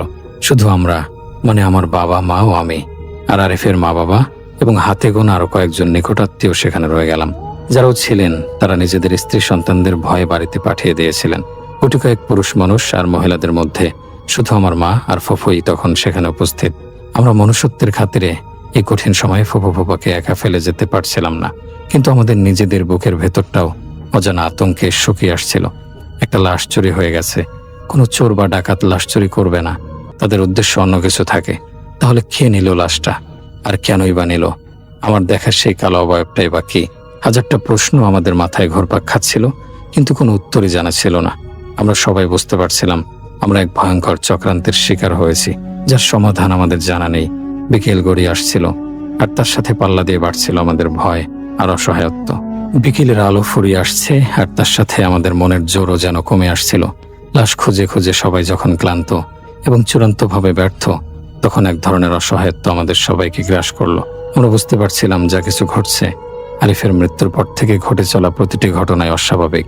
আমার সেই কালো অবয়ব দেখা, আরিফের কণ্ঠে ডাক শোনা, দাফনের কাজে বিলম্ব, আমার ভয়ঙ্কর রূপান্তর দেখা এবং সব শেষে লাশটায় উধাও হয়ে যাওয়া, এসব কোনো স্বাভাবিক ঘটনার শৃঙ্খল হতে পারে না। তখন আমাদের মধ্যে থাকা সবচেয়ে বয়স্ক চাচা প্রস্তাব দিলেন, আমার মনে হয় এসব সাধারণ কোনো ব্যাপার নয়। আমাদের আর দেরি না করে এলাকার কোনো জ্ঞানী আলেম অথবা মসজিদের ইমামের সাথে যোগাযোগ করা উচিত। তারাই হয়তো এর কোনো সমাধান দিতে পারবেন। এই প্রস্তাবে সবাই এক বাক্যে রাজি হয়ে গেল। এই প্রাকৃত আতঙ্কের পরিস্থিতিতে সৃষ্টিকর্তা আর তার জ্ঞানী বান্দাদের স্মরণ করা ছাড়া আর কোনো উপায় আমাদের সামনে খোলা ছিল না। দেরি না করে আমার বাবা, আমার ফুফা এবং আরও দুজন পুরুষ মিলে বাড়ির সবচেয়ে কাছের মসজিদের ইমাম সাহেবের বাড়ির দিকে রওনা দিলেন। ইমাম সাহেব অত্যন্ত সজ্জন এবং ধার্মিক একজন মানুষ। তারা তার বাড়িতে পৌঁছে যখন সমস্ত ঘটনা, আরিফের আত্মহত্যা থেকে শুরু করে লাশ উধাও হয়ে যাওয়া পর্যন্ত প্রতিটি খুঁটিনাটি বিষয় খুলে বললেন, তখন ইমাম সাহেবের কপালেও চিন্তার ভাঁজ পড়ল। তিনি মনোযোগ দিয়ে সবটা শুনলেন এবং কিছুক্ষণ চুপ থেকে বললেন, বিষয়টা আসলেই খুব চিন্তার এবং মোটেও স্বাভাবিক নয়। আপনাদের বর্ণনা অনুযায়ী এর পেছনে কোনো অশুভ কিছুর হাত রয়েছে। তবে সত্যি বলতে আমি এই ধরনের বিষয়ে খুব একটা অভিজ্ঞ নই। তার কথা শুনে আমার বাবা আর ফুফা কিছুটা হতাশ হয়ে পড়লেন। তাহলে এখন কি উপায় হবে? ইমাম সাহেব তাদের অবস্থা বুঝতে পেরে বললেন, আপনারা নিরাশ হবেন না। আমার একজন ওস্তাদ আছেন, একজন অত্যন্ত জ্ঞানী অভিজ্ঞ আলেম। জিন বা আশার এই ধরনের প্রাকৃত বিষয়ে তার অগাধ জ্ঞান এবং অভিজ্ঞতা রয়েছে। আমি তার সাথে আপনাদেরকে কথা বলিয়ে দিতে পারি। আমার বিশ্বাস উনি আপনাদের সাহায্য করতে পারবেন। এই কথা শোনার পর সবাই যেন ডুবে যাওয়া মুহূর্তে খড়কুটো আঁকড়ে ধরার মতো একটা অবলম্বন খুঁজে পেল। তারা ইমাম সাহেবকে অনুরোধ করলেন যেন তিনি যত দ্রুত সম্ভব সেই আলেম সাহেবের সাথে তাদের যোগাযোগ করিয়ে দেন। ইমাম সাহেব দেরি না করে তার সেই ওস্তাদকে, সেই আলেম সাহেবকে ফোন লাগালেন। তিনি ফোনের ওপাশ থেকে আমাদের সমস্ত ঘটনা, আমার দেখা সেই কালো ছায়া মূর্তি, লাশ গায়েব হয়ে যাওয়া, সবকিছু বিস্তারিতভাবে খুলে বললেন। সৌভাগ্যবশত সেই আলেম সাহেবের বাড়ি আমার ফুফার বাড়ি থেকে খুব বেশি দূরে ছিল না। সব শুনে তিনি বললেন, আপনারা চিন্তা করবেন না, আমি আসছি। আমি আপনাদের বাড়িতে গিয়ে বিষয়টা দেখতে চাই। ফোন রাখার পর সবার মনে কিছুটা স্বস্তি এলো। 10-15 মিনিটের মধ্যেই সে আলেম সাহেব মসজিদে এসে পৌঁছালেন এবং সেখান থেকে ইমাম সাহেবকে সাথে নিয়ে আমাদের বাড়ির দিকে রওনা দিলেন। কিন্তু এবার যখন তারা সবাই মিলে বাড়িতে প্রবেশ করলেন, তখন এক অদ্ভুত এবং ভয়ঙ্কর অভিজ্ঞতার সম্মুখীন হলেন। বাড়ির ভেতরে ঢোকার সাথে সাথেই সবার নাকে একটা তীব্র পচা গন্ধ এসে লাগলো।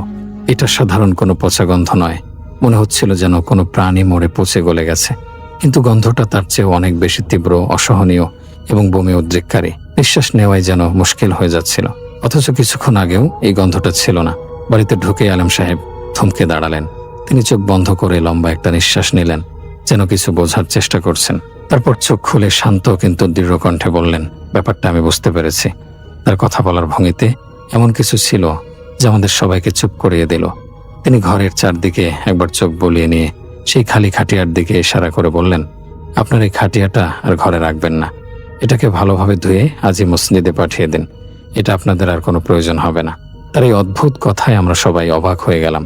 ফুফা জিজ্ঞাসা করলেন, হুজুর, কিন্তু কেন? এর কারণ কি? আলেম সাহেব শান্তভাবে উত্তর দিলেন, সব বলবো, তবে আমাকে সন্ধ্যা পর্যন্ত সময় দিন। আমি মাগরিবের নামাজের পর আপনাদেরকে সব কিছু জানাবো। আপাতত আমার কথা মতো কাজ করুন। আর একটা কথা, আপনারা লাশ খোঁজার জন্য এদিক ওদিক বা বাড়ির দূরে কোথাও যাবেন না। লাশ খোঁজার কোনো দরকার নেই। লাশ খোঁজার দরকার নেই, এই কথাটি শেলের মতো বিঁধল আমার ফুফুর বুকে।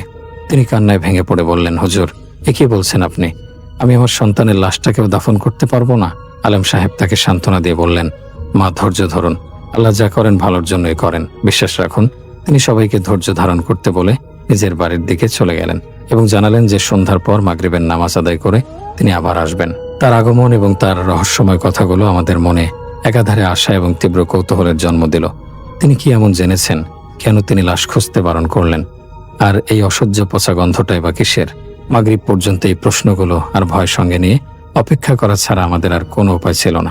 আলেম সাহেবের চলে যাওয়ার পর থেকে মাগরিব পর্যন্ত সময়টুকু আমাদের কাছে যেন এক যুগ বলে মনে হচ্ছিল। বাড়ির ভেতরের সেই অসহনীয় পচা গন্ধটা ধীরে ধীরে কমে এলেও এক ধরনের থমথমে ভয়ের পরিবেশ গোটা বাড়িটাকে গ্রাস করে রেখেছিল। আমরা কেউ কারোর সাথে তেমন কোনো কথা বলছিলাম না, শুধু নিঃশব্দে অপেক্ষা করছিলাম কখন সন্ধ্যা হবে, কখন আলেম সাহেব আসবেন আর এই ভয়ঙ্কর রহস্যের জট খুলবেন। অবশেষে প্রতীক্ষার অবসান ঘটিয়ে মাগরিবের আজানের পর আলেম সাহেব আমাদের বাড়িতে এলেন। তার চোখ মুখে ছিল এক গভীর প্রশান্তি, কিন্তু তার সাথে এক ধরনের গাম্ভীর্যও মেশানো ছিল। আমরা সবাই তাকে ঘিরে বসলাম। ফুফু তখনও ফুপিয়ে ফুপিয়ে কাঁদছিলেন। আলেম সাহেব কিছুক্ষণ চুপ থেকে পরিবেশটা শান্ত হতে দিলেন। তারপর ধীরে ধীরে স্থির এবং গম্ভীর কণ্ঠে যা বললেন তা শোনার জন্য আমরা কেউই মানসিকভাবে প্রস্তুত ছিলাম না। তিনি এমন এক ভৌতিক, লোমহর্ষক এবং ভয়ঙ্কর কথা জানালেন যা শোনার পর আমাদের সবার গায়ের লোম কাটা দিয়ে উঠল। আমার মায়ের শরীর ভয়ে কাঁপতে শুরু করলো, আর ফুফা পাথরের মতো স্তব্ধ হয়ে গেলেন।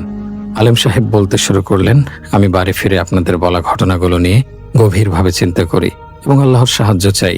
আপনারা হয়তো বিশ্বাস করবেন না, তবে কিছু কিছু মানুষের উপর আল্লাহ বিশেষ রহমত দান করেন। আমার কাছে থাকা এক আল্লাহর সৃষ্টি এক দিনদার জিনের সাথে আমি এ বিষয়ে কথা বলি এবং তাকে অনুরোধ করি যেন সে এই ঘটনার পেছনের সত্যটা জেনে আমাকে জানায়। জিন শব্দটা শোনার সাথে সাথেই আমাদের বুকের ভেতরটা ছ্যাদ করে উঠল। আমার দেখা সেই কালো অবয়বের কথা মনে পড়তেই আমার গলা শুকিয়ে এলো। তিনি বলে চললেন, আমার সেই দিনদার জিন আমাকে যা জানিয়েছে তা অত্যন্ত ভয়ঙ্কর।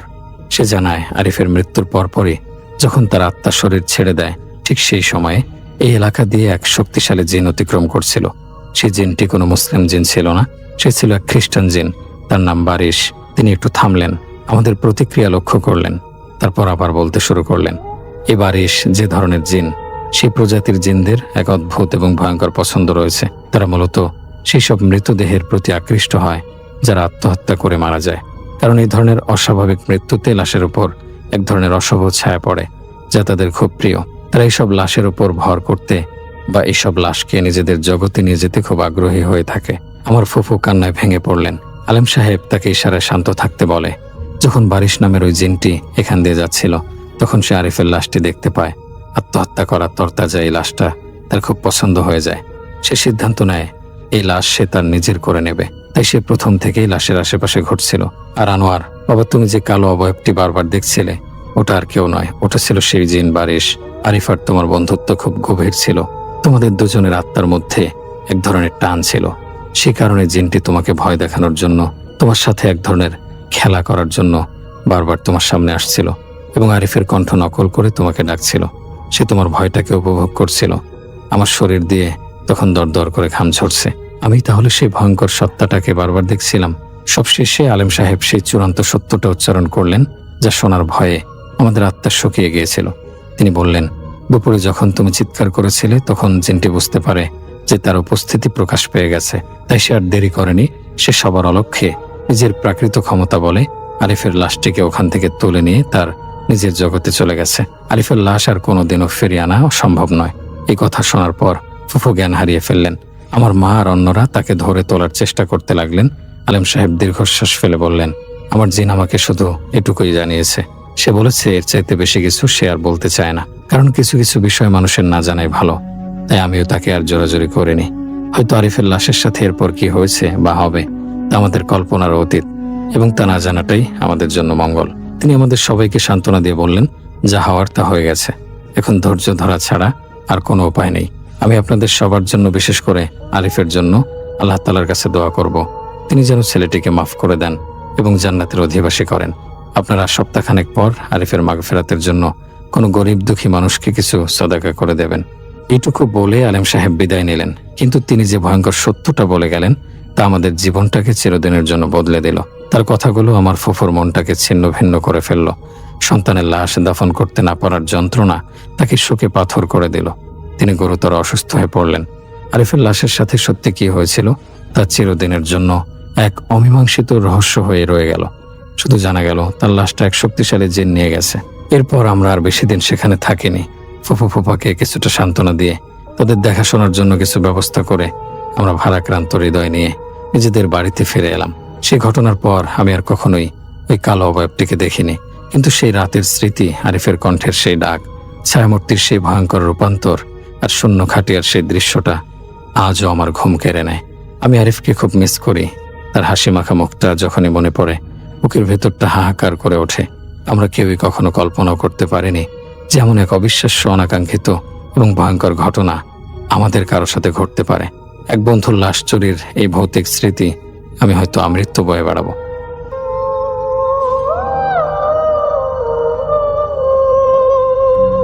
আসসালামু আলাইকুম রাসেল ভাই। আমি একটু পরিচয় দিই, কারণ অনেক লিসেনার্স নতুন নতুন এসেছে। আমার নাম ডক্টর আলী। তো আজকে যে ঘটনাটা নিয়ে আসছি, তো সরাসরি ঘটনায় চলে যাই। তখন সময় 2016 সাল।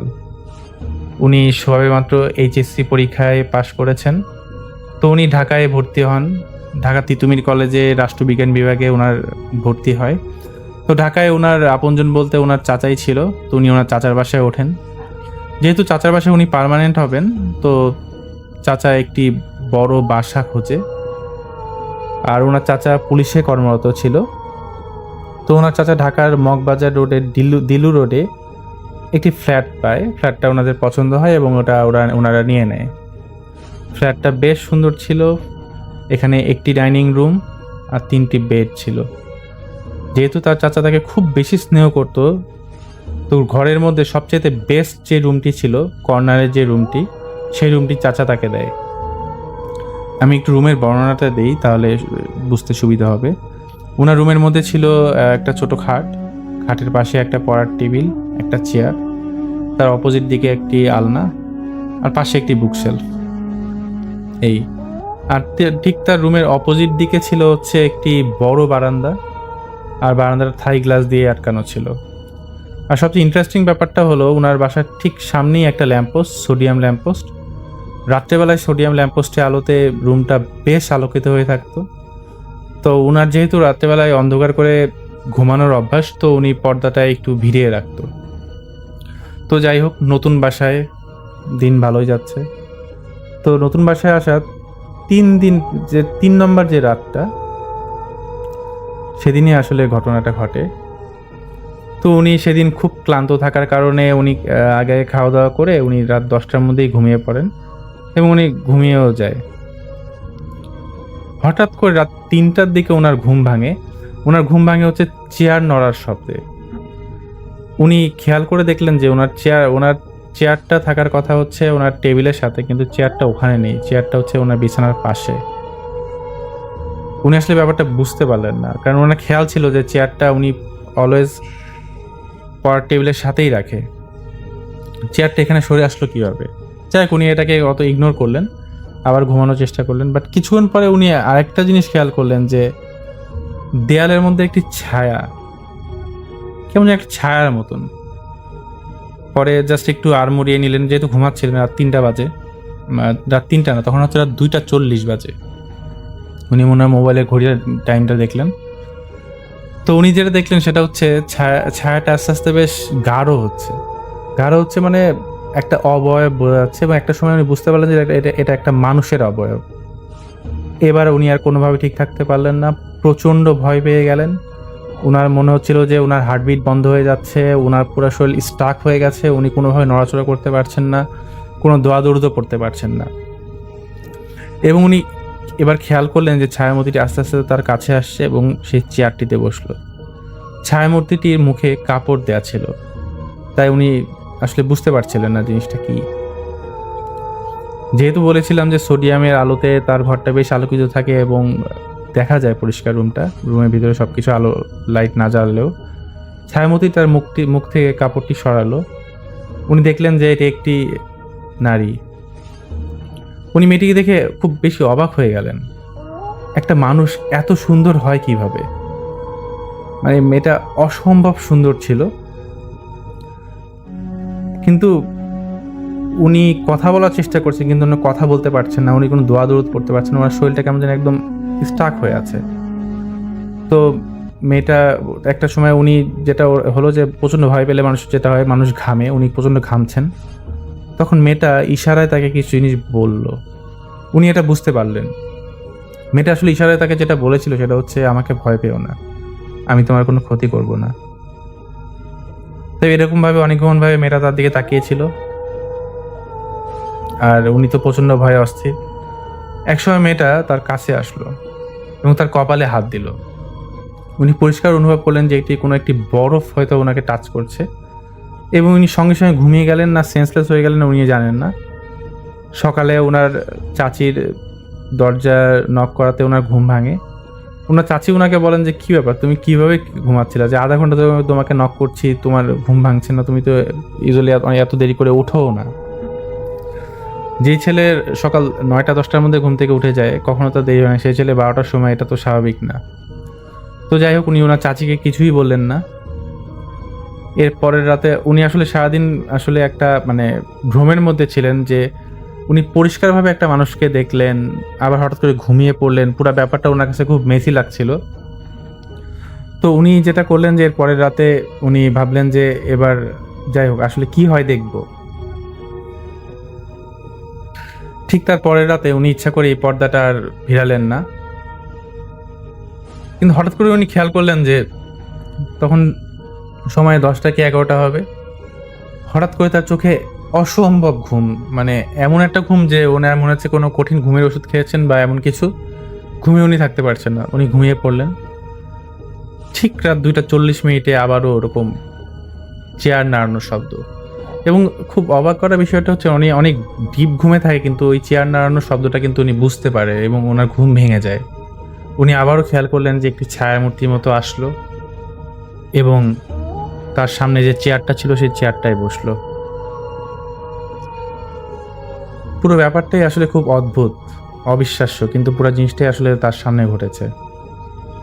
উনি ছায়ামূর্তিটির সাথে এবার আর খুব একটা বেশি ভয় পেলেন না। উনি ছায়ামূর্তির সাথে কথা বলতে চাইলেন, কিন্তু ছায়ামূর্তিটা থেকে কোনো কথা আসছিল না। জাস্ট মেয়েটা তার দিকে তার সামনে চেয়ারে বসেছিল এবং মাথাটা নিচু করেছিল, কোনো কথা বলে না। এবং একটা নির্দিষ্ট সময় মেয়েটা জাস্ট তার কপালে হাত দেয় এবং উনি অনুভব করে যে একটা ঠান্ডা কোনো কিছু, একটা বরফ শীতল কোনো কিছু তাকে স্পর্শ করছে। এবং মেয়েটা যখনই তার কপালে হাত দেয় উনি তখনই সেন্সলেস হয়ে যায় অথবা ঘুমিয়ে পড়ে। তো এভাবে প্রায় 1.5 মাসের মতো চললো। এই ছায়ামূর্তিটি বা এই মেয়েটি যেটিই হোক না কেন, এই 1.5 মাস প্রায় মাঝে মাঝে এরকমভাবে আসতো, কিন্তু কোনো কথা বলতো না।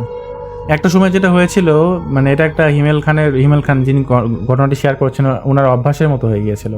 উনি রাত্রেবেলা ঘুমাতেন না, উনি অপেক্ষা করতেন এবং কোনো কারণে রাত ঠিক 2:40 সেই ছায়ামূর্তিটি আসতো। তো যাই হোক, এভাবেই সময় কাটছিল। কিন্তু সবচেয়ে আশ্চর্যজনক ব্যাপার যেটা, সেটা হচ্ছে এই ছায়ামূর্তির সাথে কিন্তু ওনার কোনো কথা কখনো হয়নি। তো যাই হোক, 1.5 মাস পরে হঠাৎ করে, তখন সময় হবে কখন 11টার দিকে, উনি প্রচণ্ড চিৎকার পান ওনার চাচাতো বোনের রুম থেকে।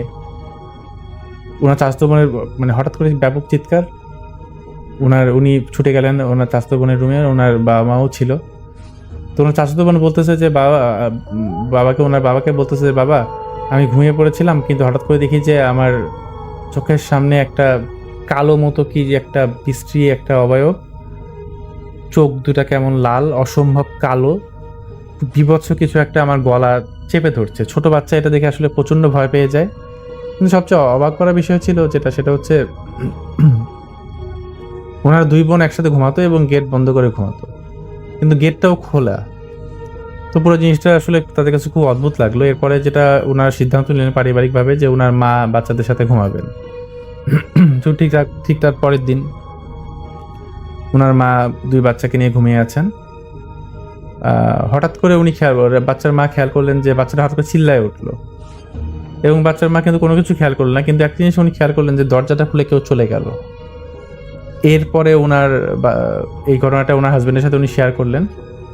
তো তখনই ওনাদের মধ্যে আসলে বুঝতে বাকি থাকলো না যে এখানে কোনো একটা সমস্যা অবশ্যই আছে। তো ওনার হাজবেন্ড পরবর্তীতে হিমেল ভাইয়ের যে চাচা, উনি স্থানীয় জামে মসজিদে যে ইমাম আছেন তার সাথে যোগাযোগ করেন। তো ইমাম সাহেব যেটা বলেন সেটা হচ্ছে, ইমাম সাহেবকে সবকিছুই খুলে বলেন তার মেয়ের ব্যাপারটা। তো ইমাম সাহেব বলেন যে আপনি আপনার মেয়েকে নিয়ে আসেন। তো ইমাম সাহেব যখন তার চাচা যখন তার মেয়েকে নিয়ে আসছিল, তখন তার ভাতিজাকেও নিয়ে এসেছিল।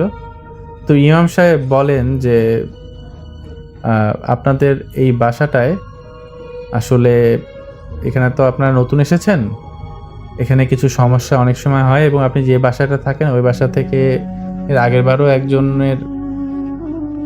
এরকম এভাবে এসেছিল এবং তাদেরও সমস্যা হয়।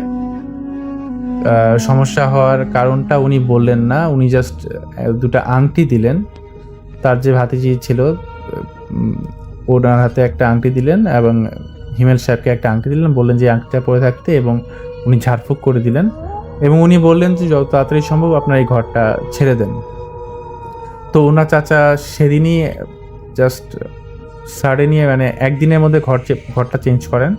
ঘরটা চেঞ্জ করে তারা অন্য এলাকায় চলে যান এবং পরবর্তীতে ওনার চাচা মানে ব্যাপারটা আসলে জানতে চান যে আসলে কি হয়েছে, মানে কেন এরকম হইলো। তো ওনার চাচা পরবর্তীতে আবার ইমাম সাহেবের কাছে যান। ইমাম সাহেবের কাছে যাওয়ার পরে উনি জিজ্ঞেস করেন আসলে যে আসলে মানে কি ব্যাপারটা কি বা ঘটনাটা কি। তো ওনার চাচা যখন ইমাম সাহেব তখন বলল যে ওই এলাকাতে বা ওই রোডে এরকম দুইটা জিন আছে। এই দুইটা জিনের মধ্যে একটা জিন হচ্ছে ভালো জিন এবং একটা জিন হচ্ছে খারাপ জিন। তো ভালো জিনটা মানুষের সামনে অনেক সময় আসে, আর খারাপ যে জিনটা আছে সেই জিনটা বিভিন্নভাবে ভয় দেখায়, ক্ষতি করে, অনেক কিছু করে।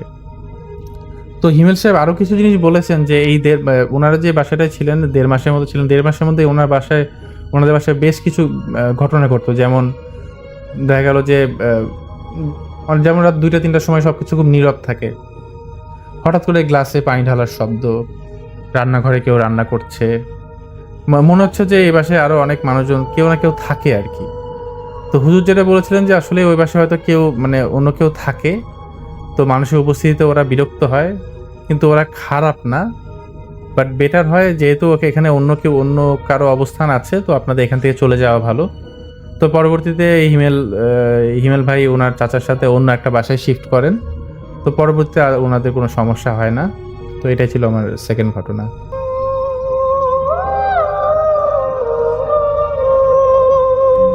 রতনের ঘটনা নিয়ে রতন এই ঘটনাটি শেয়ার করেছে আমাদের কাছে এবং তিনি আমাকে অনুরোধ করেছেন আমি যেন আমার মতো করে ঘটনাটা আপনাদের কাছে প্রেজেন্ট করি। রতনদের বাসা মিরপুরের কোনো একটা জায়গায়, স্পেসিফিক লোকেশন সে বলবে না। বেশ অনেক আগের ঘটনা, 80-র দশকে রতনের চাচার সাথে একটা ঘটনা ঘটেছিল, সেটি তিনি শেয়ার করেছেন। আমি চলে যাচ্ছি রতনের সেই ঘটনায় এবং আমি আমার মতো করে শেয়ার করছি। 80-র দশকের ঘটনা। রতনরা যেই জায়গাটাতে থাকতো মিরপুরের, সেটা তাদের নিজেদের বাসা, তবে জায়গাটা তখন অনেকটাই ন্যাচারাল এনভায়রনমেন্ট ছিল, মানে মিরপুরের ওই অঞ্চলটা তখনও অতটা ডেভেলপ করেনি।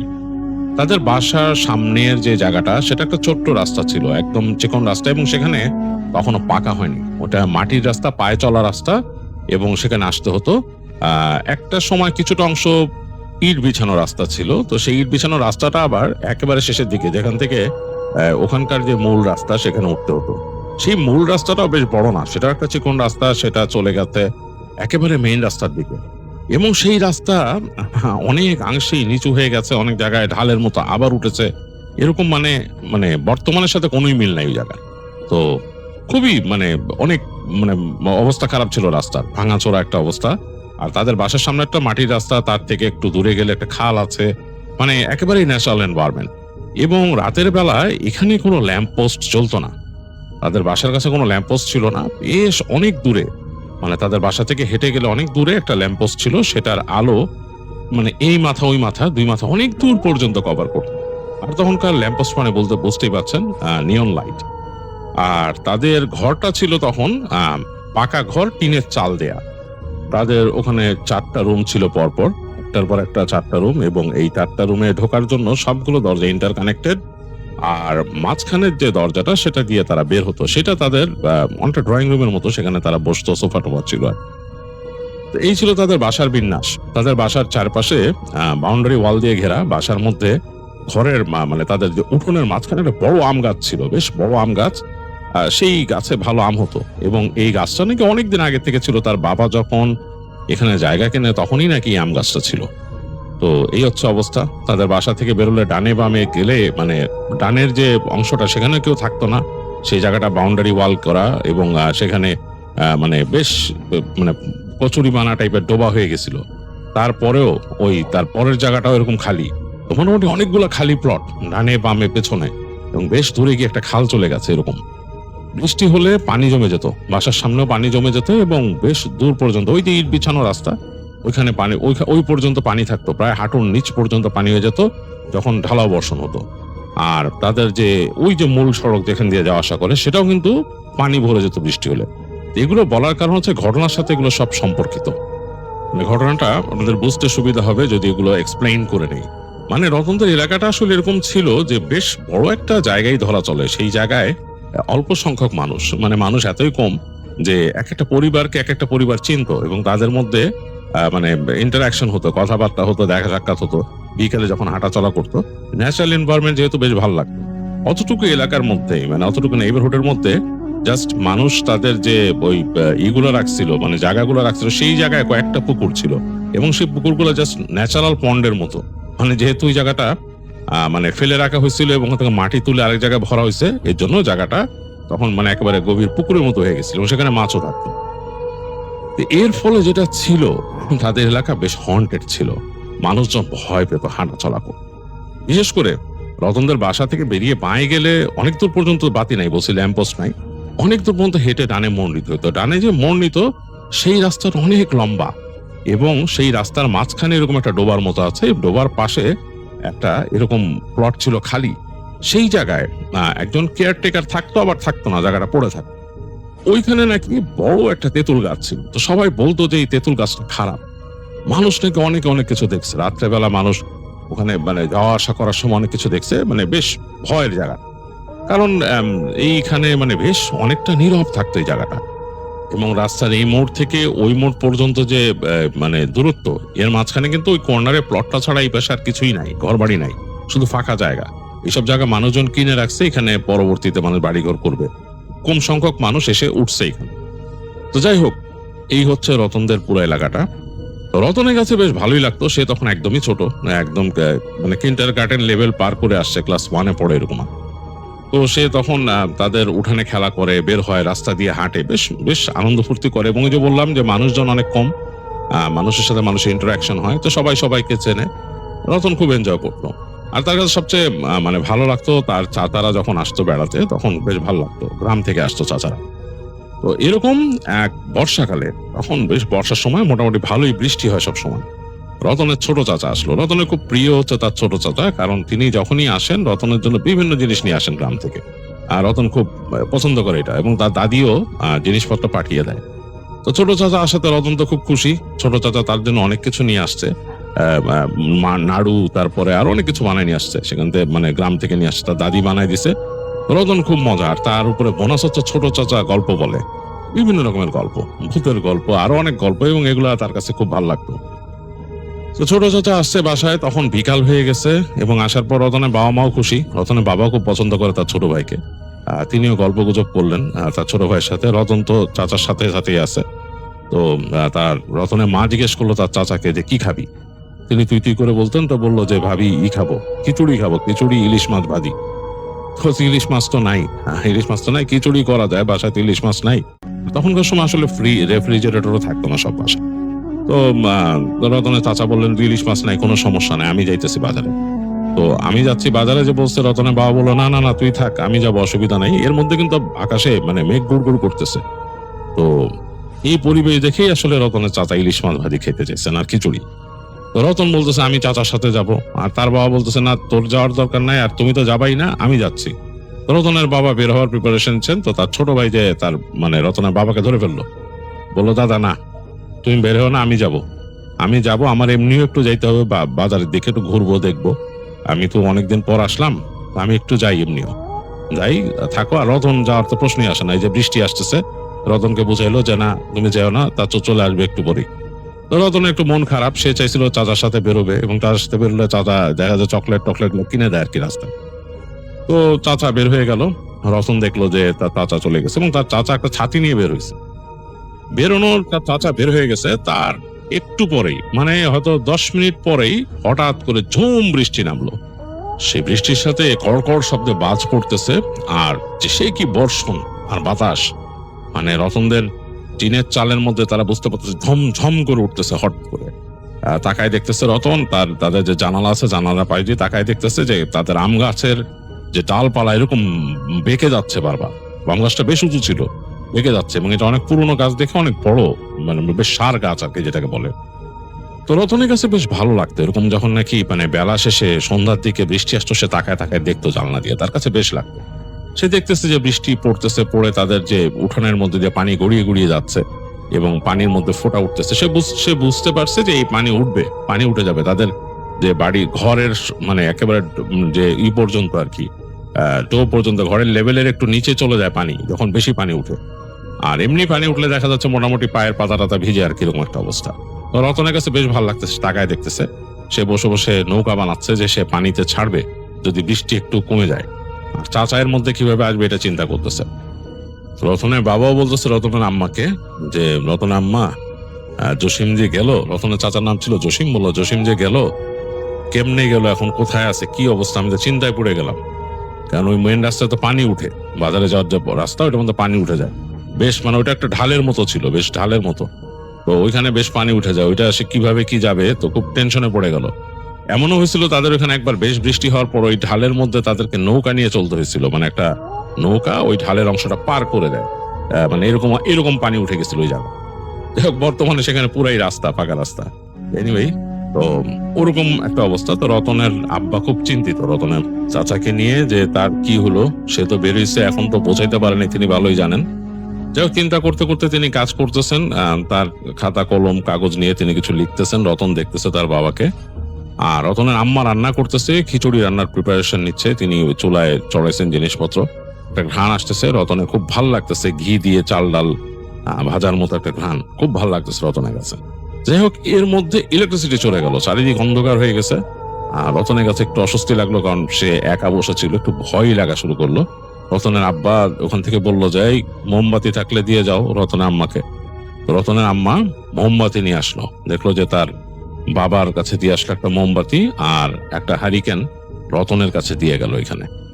এই হালকা আলো, আর তিনি চলে গেছেন কিচেনে, আবার রান্না বাড়া হচ্ছে, আর রতন চুপচাপ সোফায় বসে সে তাকায় আছে জানলার দিকে, জানলাটা হালকা খোলা, ঠান্ডা ঠান্ডা বাতাস আসতেছে, এরকম একটা অবস্থা। তো বেশ অনেকক্ষণ চলে গেছে, মানে অনেক সময় পার হয়ে গেছে। রতনের আব্বা ওই রুম থেকে চলে আসলেন, এসে রতনকে নিয়ে বসলেন, বললেন যে ইলেকট্রিসিটি যখন আসলো না, আজকে মনে হয় বেশ অনেকক্ষণ থাকবে না, কারণ কি করবা, তোমার চাচারে নিয়ে তো চিন্তা হইতেছে, আমি বেরোবো নাকি চিন্তা করতেছি। একটু পর রতনের আম্মাও চলে আসছে, এসে বললো যে আসলে চিন্তা হচ্ছে জসিমরে নিয়ে, কি হলো। এর মধ্যে কিন্তু খিচুড়ি রান্না হয়ে গেছে, ঘ্রাণ বেশ ঘ্রাণ ছুটছে ঘরের ভেতরে। রতনের আম্মা বলছে রান্না তো আমারও হয়ে গেল, আর ছেলেটা কি হলো এই বৃষ্টির মধ্যে, তুমি কি খবর নিবা, রতনের আব্বাকে বলতেছে। রতনের আব্বা বলতেছে আচ্ছা দেখি, চিন্তা করতেছি যে মানে কি হয়। তিনি উঠছেন, তিনি বেরোবেন ঘরের মধ্যে। এই সময় তাদের দরজার মধ্যে নক হলো, খুব অস্থির নক, মানে তখনকার এরকম বাসার দরজা কিন্তু এক পাল্লার ছিল না, এটা 2 পাল্লার দরজা ছিল। তো মানে এগুলা নক করলে বেশ মানে ঝাঁকি লাগতো দরজা, করে নক হয়েছে। তো নক হওয়ার পর সাথে সাথে রতনের আব্বা বললো কে কে এই কে, কোনো উত্তর দিচ্ছে না, আবার নক করতেছে, মানে খুব গায়ের জোরে কেউ নক করতেছে। তো রতনের আম্মা একটু ভয় পাইছে, সে বলছে কে, বলে আরে চুপ থাকো, জসিমই হইতে পারে। তিনি তাড়াতাড়ি গেলেন, রতনের আব্বা যে দরজার যে মাঝখানের কাঠ দিয়ে লাগায় রাখতো সেটা সরায় ফেললেন, সরায় ছিটকিনি নামাইলেন। ছিটকে নামানোর পর দেখলো দরজা ধাক্কা দিয়ে এরকম মানে দ্রুত ধাক্কা দিয়ে ঘরের মধ্যে ঢুকলো। মনে হলো যে মানে একটা বাতাসের মতো, কিন্তু তিনি তাকায় বুঝতে পারলেন অন্ধকারে বাইরের যে হালকা আলো আধারি এটার মধ্যে আর এই যে বৃষ্টির একটা ছাঁট আসছে, সেটা তিনি বুঝতে পারেননি। তারপরে বুঝলেন তার ভাই জসিম ঢুকছে ঘরের ভেতরে, এবং তার হাতে একটা ব্যাগ, আর হাতে মনে হয় কিছু একটা ধরা, সে ব্যাগটাকে একদিকে ছুঁড়ে ফেলে দৌড় দিল। খুব অবাক হয়ে গেলেন রতনের আব্বা, কি ব্যাপার, মানে জসিম এরকম দৌড় দিল কেন ঘরের মধ্যে, কই দৌড় দিল কোথায়, ওই পাশে যে তার রান্নাঘরটা যেদিকে, মানে ঘরের এই তাদের যে 4টা ঘর তার পাশেই কিন্তু ওদিকে রান্নাঘর, তো রান্নাঘরের দিকে, এবং রান্নাঘরের এক পাশেই তাদের গোসলখানা বাথরুম এগুলো আর কি। তো তখন সব মানে এরকম থাকতো, এইভাবেই থাকতো বাড়িগুলো। তো ওদিকে দৌড় দিছে রতনের চাচা। তো তার আব্বা অবাক হয়ে গেল যে কি ব্যাপার, জসিম ওদিকে দৌড় দিল, এই জসিম, তিনি বলে এই জসিম কি হয়েছে তোর, এই কি হয়েছে, যে কোনো উত্তর নাই তার, ওই একদম রান্নাঘরের দিকে যে চুপচাপ, শব্দ নাই কোনো। তো রতন আব্বা বললো কি ব্যাপার, ওরকম দৌড়িস, ওর কি মানে জমে যাইতে হবে বা কিছু, ব্যাগটাকে ছুড়ে ফেলে এইভাবে, মানে ও তো এরকম না, এরকম আচরণ করলো কেন। তো ঘরে কিন্তু বাতাস ঢুকতেছে, দরজাটা কাঁপতেছে, দেখতেছে বৃষ্টি কিন্তু তখনও পড়তেছে, দরজাটা এরকম খোলা বাতাসে। রতন আব্বা একটু মানে হয়ে গেছে, হতবিহ্বল হয়ে গেছে এরকম ব্যাপারে। তারপর বললেন দেখো তো কি ব্যাপার, তো বলে তিনি হারিকেন দিলেন, আর রতন আম্মাকে বলছে দেখো তো কি ব্যাপার, কিন্তু তারপর নিজে হারিকেন নিছে, নিয়ে হাঁটা দিলেন, কারণ একটু মানে অবাক, তিনি ভেবাচাকা খেয়েছেন কি ব্যাপার। হারিকেন নিয়ে হাঁটতে হাঁটতে তিনি পাশের রুম ক্রস করে, মানে তাদের 2টা বেডরুম ক্রস করে ওই পাশে গেলেন, যে দেখতেছেন যে রান্নাঘরটা, আলো মানলেন রান্নাঘরে কেউ নাই, রান্নাঘর একদম নীরব। তিনি মাথা ঘুরায় পিছনে শুনতেছেন, তাদের রান্নাঘরের পেছনেই হচ্ছে গোসলখানা। তো মানে মাঝখানে একটু জায়গা, স্টোর রুমের মতো, তারপর পেছনে গোসলখানার ওদিক থেকে শব্দ আসতেছে। গোসলখানার ভেতরে কিন্তু তাদের বাথরুম একদম কর্নারে, ওখানেই মানে দরজা দিয়ে আলাদা করা পার্টিশন। ওখান থেকে শব্দ আসতেছে কেমন জানি একটা, মানে মানে একটা পুরুষ কণ্ঠ যদি মানে গলার ভেতর থেকে সাউন্ড করে যেরকম হয়, মানে ঢেক তুললে যেরকম, আবার কেমন একটা হাসির শব্দ। এটাও মানে অদ্ভুত হাসি, চাপা হাসি, মানে কোনো মানুষ যদি ভেতর থেকে হাসে সেই হাসি মানে বেশ ভয়ঙ্কর ভাবে লাস্টে খক খক করে শেষ হচ্ছে। আবার মনে হচ্ছে গলা চিকন করে কেউ কথা বলতেছে তার পেছনে। রতনের আব্বার সারা শরীরে রোম দাঁড়ায় গেছে। রতন কিন্তু তার মার সাথে গায়ে সেটে দূর থেকে দেখতেছে সিনটা, এবং সেও এই শব্দগুলো শুনতে পাচ্ছে। কেমন জানি একটা শব্দ, এই মনে হচ্ছে যে একটা মানুষ নিজের সাথে নিজে কথা বলতেছে, মানে আবার উত্তর দিচ্ছে, এবং যে প্রশ্ন করতেছে সে একটু মোটা স্বরে, আবার যে উত্তর দিচ্ছে সে একটু নিজের গলাটাকে চিকন করে চেপে। তো এই পর্যায়ে রতনের আব্বা আস্তে আস্তে হারিকেন নিয়ে গেল সেই গোসলখানা, তাদের যে শাওয়ার গোসলখানা যেখানে গোসল করে সেই জায়গা হালকা আস্তে করে উকি দিল হারিকেনটা নিয়ে। তিনি দেখতেছেন তাদের যে বাথরুমের দরজাটা সেটার সামনে একটা সিঁড়ি আছে, দুইটা সিঁড়ির উপরে বসে আছে তার ভাই জসিম বসে আছেন, এবং তার হাতে সেই ইলিশ মাছ একটা ধরা, মোটামুটি ভালোই বড় সাইজের একটা ইলিশ মাছ ধরা, এবং সেই ইলিশ মাছের দিকে তাকিয়ে কি কি বলতেছে নিজে গলার ভেতর থেকে, আবার জিভ বের করে ইলিশ মাছটা চাটতেছে, সেই বড় ইলিশ মাছটাকে। সে যখন নাকি ওখানে হারিকেন নিয়ে ঢুকছে, ফট করে তার দিকে তার ভাই তাকালো, মনে হলো উদ্ভ্রান্তের মতো দৃষ্টি, চোখ দুইটা একদম লালচে, মানে একদম মানে মনে হচ্ছে কচলায় লাল বানায় ফেলছে এরকম। তার দিকে তাকায় বলছে, তোরা ইলিশ মাছ খাবি, এমন করে চেহারা করে বলছে, মানে সেটা তিনি কল্পনা করে, তাকে এরকম অসম্মান করার প্রশ্নই আসে না তার ছোট ভাই, তাকে দাদা দাদা করে বলে, অনেক সম্মান করে। তো ইলিশ মাছ খাবি এমন করে বলছে, তিনি তার বুকের ভেতর ধক করে উঠছে। তারপর হ্যাঁ করে ইলিশ মাছটা নিয়ে তার ভাই ওখান থেকে লাফ দিয়ে দৌড় দিল। রতনের বাবা সরে যাচ্ছিল, কিন্তু তাকে ধাক্কা দিয়ে ফেলে দিল এক সাইডে, তিনি পড়ে গেলেন হারিকেন নিয়ে। তারপর দেখলেন হুড়মুড় করে তার ভাই বের হয়ে গেল। রতনের মা তাড়াতাড়ি রতনকে নিয়ে সাইডে সরে গেছে, দেখে দৌড় দিয়ে বের হয়ে যে তাদের যে মূল দরজা দিয়ে বের হয়ে গেছে। আবার রতনের বাবা তাড়াতাড়ি পুড়ি মুড়ি করে উঠে, ওই হারিকেন কিন্তু পড়ে গেছিল, নিভে নাই তখনও, তিনি হারিকেন নিয়ে আবার দৌড় দিলেন। দৌড় দিয়ে দরজার কাছে যে দেখতেছে তার ভাই, এতটুক সময় তিনি আস্তে আস্তে দৌড় দিয়ে ওইখানকার তাদের যে আম গাছটা ছিল উঠানে মাঝখানে, সে আম গাছের প্রায় অর্ধেক উঠে গেছে, টিকটিকির মতো, টিকটিকি যেভাবে ওঠে ওইভাবে করে উঠে গেছে, এবং উঠতে উঠতে আম গাছের একেবারে মগ ডালের কাছে উঠে গেল। একেবারে মগ ডাল, যেখানে কোনোভাবে স্বাভাবিকভাবে একটা মানুষের ওঠা সম্ভব না, সেরকম ভাবে উঠে গেছে, এবং আকাশের আলো বা বিজলি চমকাচ্ছে তো মাঝে মাঝে, এর মধ্যে দেখা যাচ্ছে। সে মনে হলো যে একটা টিকটিকি যেভাবে উঠে যায় সেইভাবে করে একদম মগ ডালের কাছে চিকন একটা ডালে তার ভাই উঠে গেছে। এবং খুব আশ্চর্যজনক ব্যাপার, সে ইলিশ মাছটাকে কামড়ায় ধরে রাখছে, দাঁতে কামড়ায় ধরে রাখছে, মগ ডালে উঠে গেছে, এবং বাতাসে এরকম দুলতেছে বিপজ্জনক ভাবে যে পড়ে যাবে এরকম। আর ওইখানে উঠে সে এক হাত দিয়ে ডালটাকে মশলায় ধরছে, মানে পেঁচায় ধরছে, এক হাত দিয়ে মাছটাকে নিয়ে শব্দ করতেছে, হাসতেছে ওইখান থেকে। খুবই ভয়ানক একটা সিন। রতনের বাবা শুধু বলল তার মাকে যে রতনের চোখ ঢেকে রাখা, সরাও ওখান থেকে। রতনের মা চোখ ঢেকে সরাইছে, তিনি ভয়ে দোয়া পড়তেছেন, তাড়াতাড়ি মাথায় আরো কাপড় বেশি করে টেনে তিনি কাঁপতেছেন আর দোয়া পড়তেছেন রতনের মা। রতন বুঝতেছে তার মা কাঁপতেছে। রতনের বাবা কিছুক্ষণ চিন্তা করলেন, কিন্তু নিজের ভাই তার বেরোইতে হবে, তিনি তাড়াতাড়ি হ্যারিকেনটা নিয়ে দৌড় দিয়ে চলে গেলেন উঠানে। বৃষ্টির মধ্যে তিনি ভিজে গেছেন বেরোতে বেরোতে। রতনের মা দেখতে, রতনের মা জোরে জোরে দোয়া পড়তেছে, রতনের বাবাও দোয়া পড়তে গেছে ওখানে। তারা বুঝছে জিনিসটা খারাপ হচ্ছে। গাছের নিচে যে তার ভাই বলতেছে, মানে রতনের বাবা বলতেছে, এই তুই নিচে নাম তাড়াতাড়ি। আর সে হাসতেছে আর মানে আজে বাজে কথা বলতেছে, আজে বাজে গালি দিতেছে রতনের বাবাকে। রতনের বাবা এখান থেকে মানে অনেক জোরে জোরে বললো নাম, বলে দোয়া পড়তেছেন। তিনি যা পারেন, তিনি মোটামুটি ইবাদত বন্দি করতেন, দোয়া পড়তেছেন, দেখতেছেন না নামতেছেন, এবং তিনি যত দোয়া পড়েন তাকে তার ভাই ততই বকাঝকা করতেছে, উপর থেকে গালি দিচ্ছে। এবং তার হাতে ইলিশ মাছটা ধরা, এক পর্যায়ে দেখলো যে সেটাকে কামড়ায় খুবড়ায় অনেকখানি অংশ কাঁচা নিয়ে ফেলে সেই মাছটাকে ছুঁড়ে মারলো রতনের বাবার দিকে।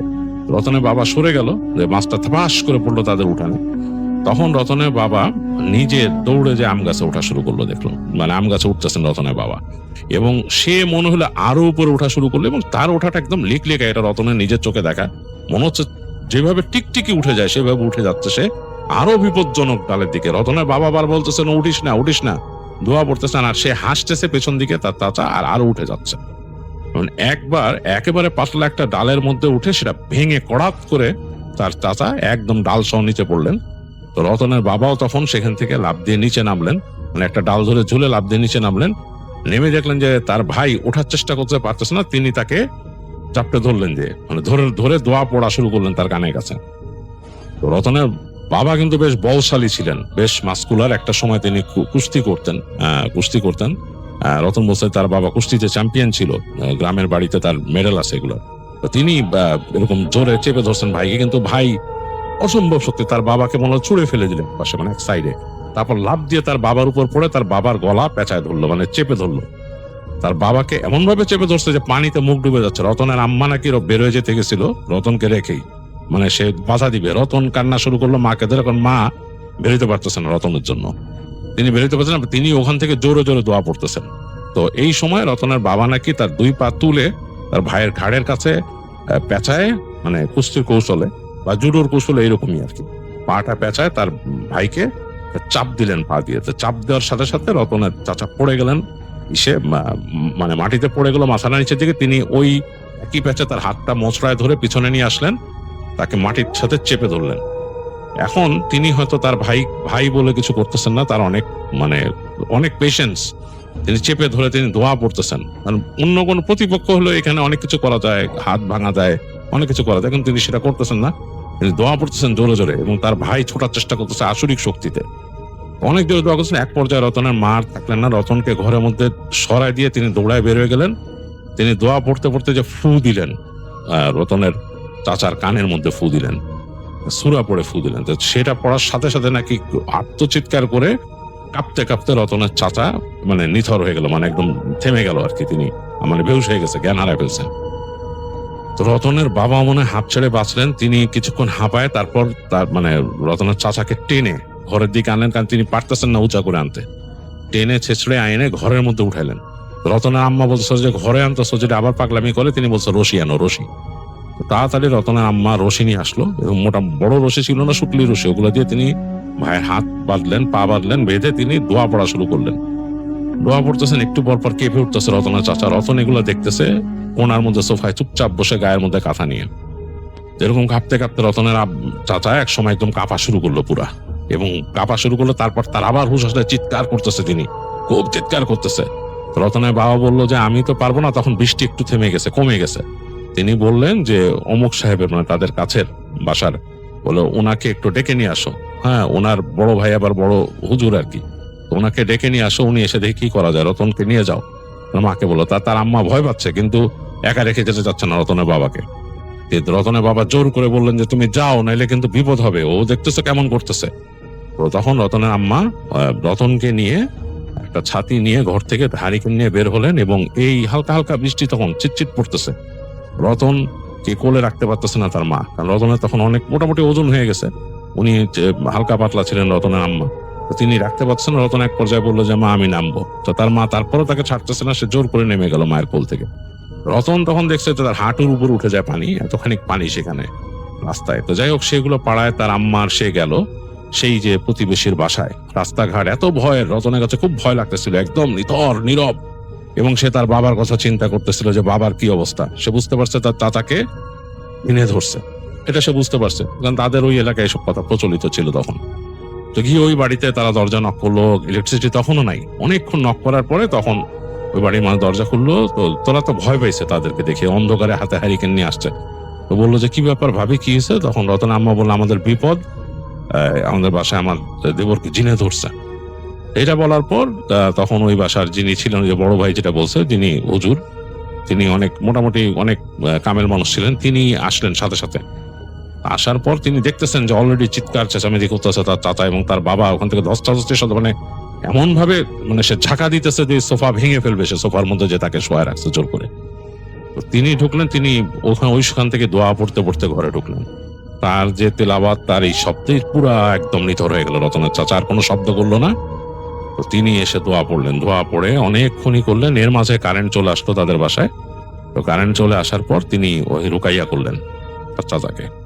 রতন কিন্তু দেখছে তার মায়ের সাথে অন্য রুমে বসে, তো রুকাইয়া করলেন। তো দেখলেন যে তার চাচা কথা বলতেছে, সে বলতেছে ওই যে তেঁতুল গাছের ওইখানে আমি থাকি, ওইখান থেকে আসছি। ওই তেঁতুল গাছের ওই প্লটটা সম্বন্ধে তারা জানতো, এবং জানতো যে ওইখানে একটা ফ্যামিলি থাকতো। তারা ওখানে কেয়ারটেকার ছিল আর কি, মূল যে জায়গাটা কিনছিল তারা রাখছিল, এবং তাদের ফ্যামিলিতে কি একটা সমস্যা হয়েছে জানি, যাই হোক তারা আর থাকতো না।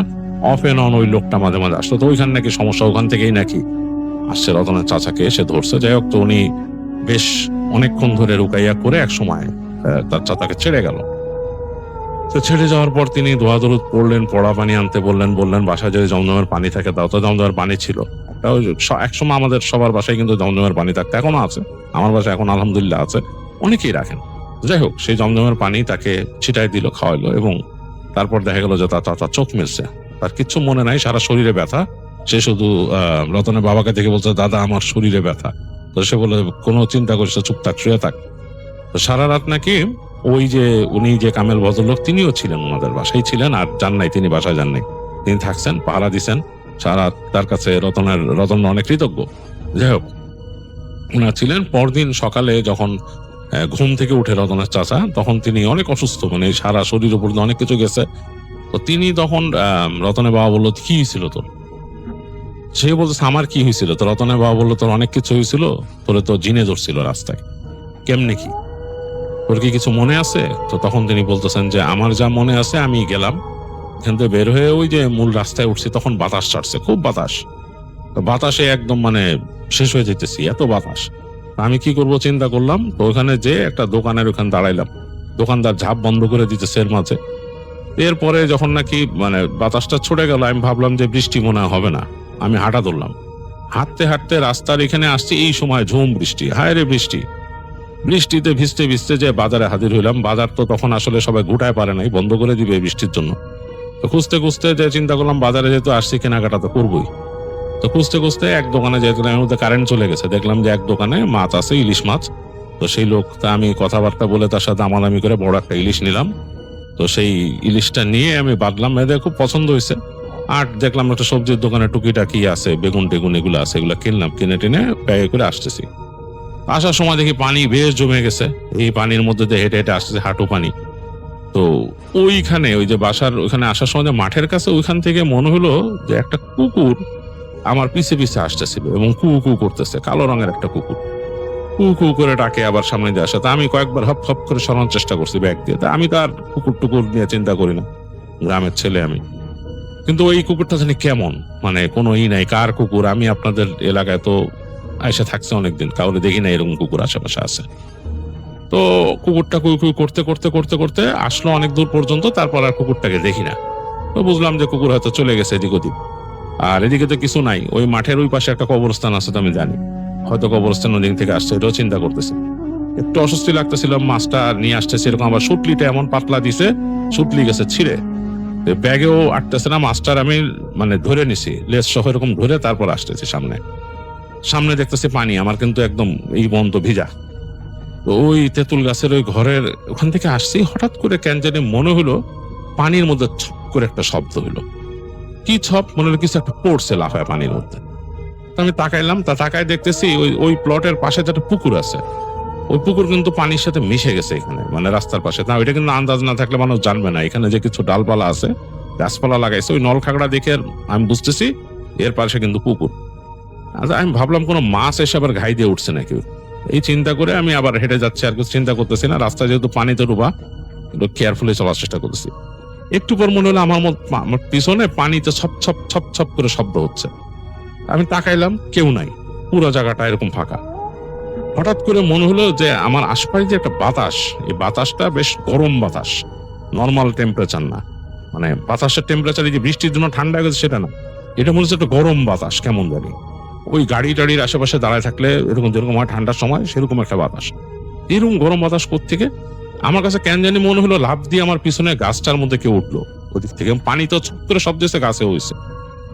আমি একটু জোরে হাঁটলাম, হেঁটে বাঁক নিয়ে ফেলছি, বাঁক নিয়ে পিছে তাকায় দেখতেছি ওই গাছের উপর মনে হচ্ছে কিছু একটা বসে আছে এখানে, এরকম বসে আছে, এবং মানে একদম বুঝতে পারতেছি মনে হচ্ছে বসে মানুষকে দেখলে যেরকম সেরকম। আমি তাড়াতাড়ি ঘরের দিকে হাঁটা ধরলাম, এই সময় মনে হলো গাছের উপর থেকে লাফ দিয়ে আমার পিছে পড়লো।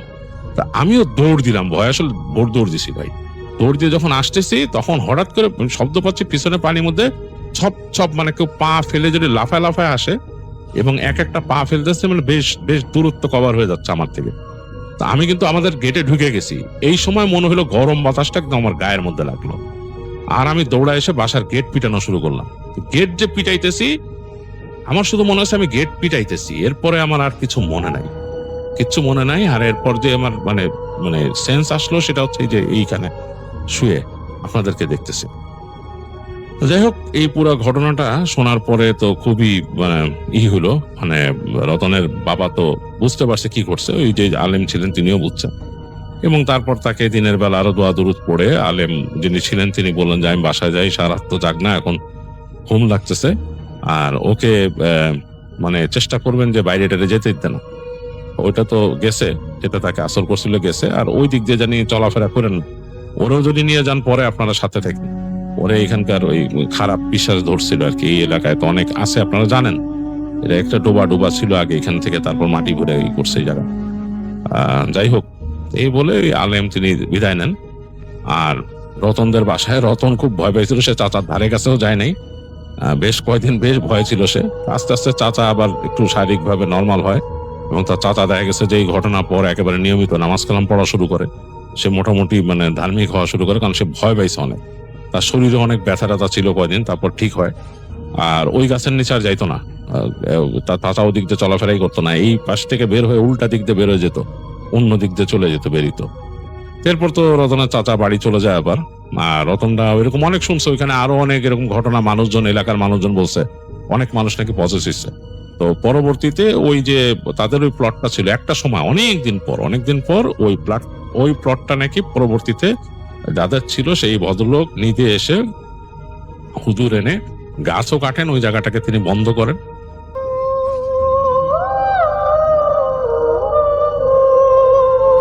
আসসালামু আলাইকুম রাসেল ভাই, আপনাকে অসংখ্য ধন্যবাদ আমাকে সুযোগ করে দেওয়ার জন্য।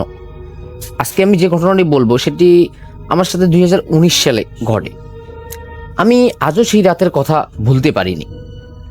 সময়টা ছিল বর্ষাকাল, কুড়িগ্রামের একটি প্রত্যন্ত গ্রামের পাশে। আজও আমি জানি না সেদিন যা দেখেছিলাম তা বাস্তব ছিল নাকি অন্য কিছু। সেদিন আমার বন্ধু রাকিবের ফোন আসে, তার বাবা হঠাৎ অসুস্থ হয়ে পড়েছিল, গ্রামের একমাত্র ওষুধের দোকান থেকে নাকি ঔষধ এনে দিতে হবে।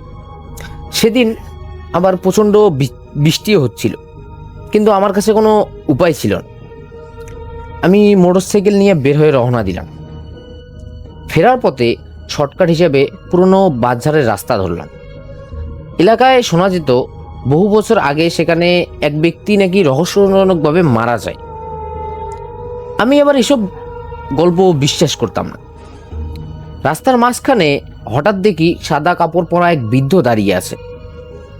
তিনি ধীরে ধীরে হাত তুলে রাস্তার পাশের দিকে ইশারা করলেন।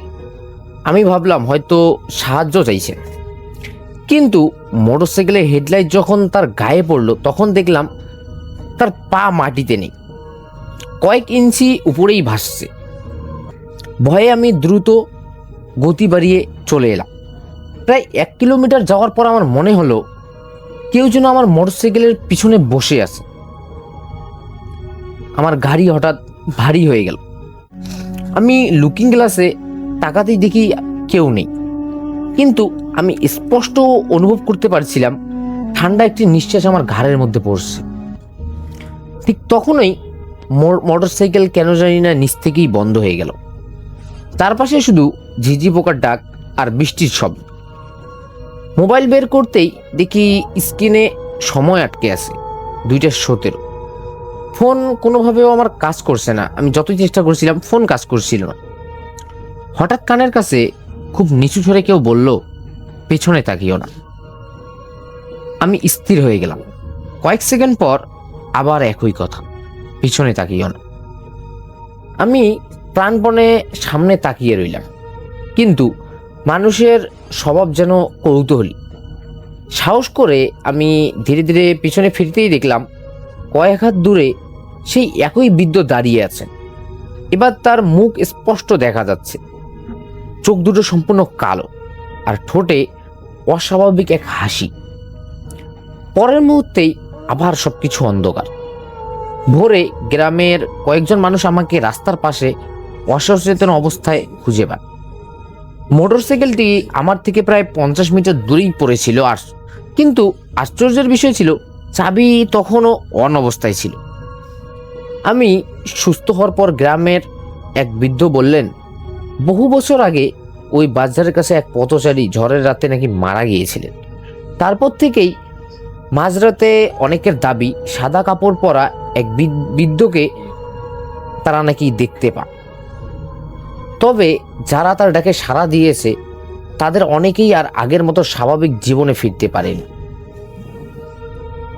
আজও যখন রাত 2:17 বাজে আমার ফোনের স্ক্রিনে এক মুহূর্তের জন্য ঝিলমিল করে ওঠে, আর খুব ক্ষীণ একটি কণ্ঠস্বর যেন আমার কানে ভাসে, এবার পেছনে তাকাও। আমি সেই কণ্ঠস্বর শুনেও পিছনে তাকাইনি, কিন্তু পরের দিন থেকে অদ্ভুত অদ্ভুত সব ঘটনা ঘটতে শুরু করে আমার সাথে। প্রতিদিন রাত ঠিক 2:17 আমার ঘরের দরজায় 3বার টোকা পড়তো। প্রথম কয়েক রাত ভেবেছিলাম হয়তো বাতাসের শব্দ, কিন্তু এক রাতে সাহস করে দরজার ছিদ্র দিয়ে বাইরে তাকালাম। আমি দেখতে পেলাম কেউ নেই। দরজা খুলতেই বরফের মতো ঠান্ডা বাতাস আমার মুখে এসে লাগে।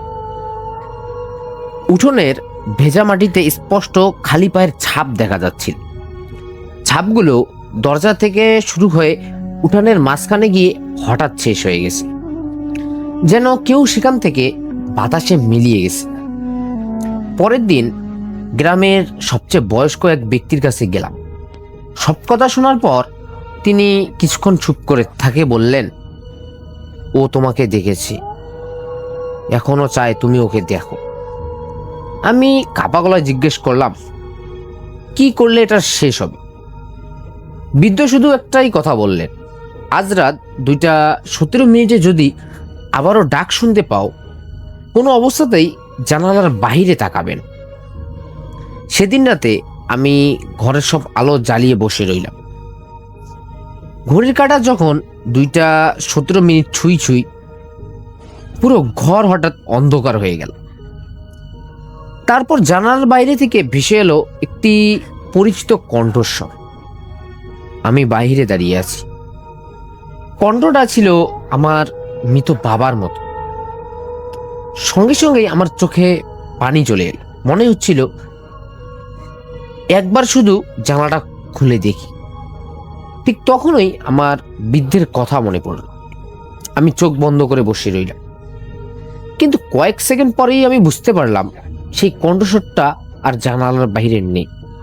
এখন সেটা আমার কানের ঠিক পাশ থেকে ফিসফিস করে বলছে, ভালো করেছো, কারণ আমি তো অনেক আগেই ঘরের ভিতরে ঢুকে পড়েছি।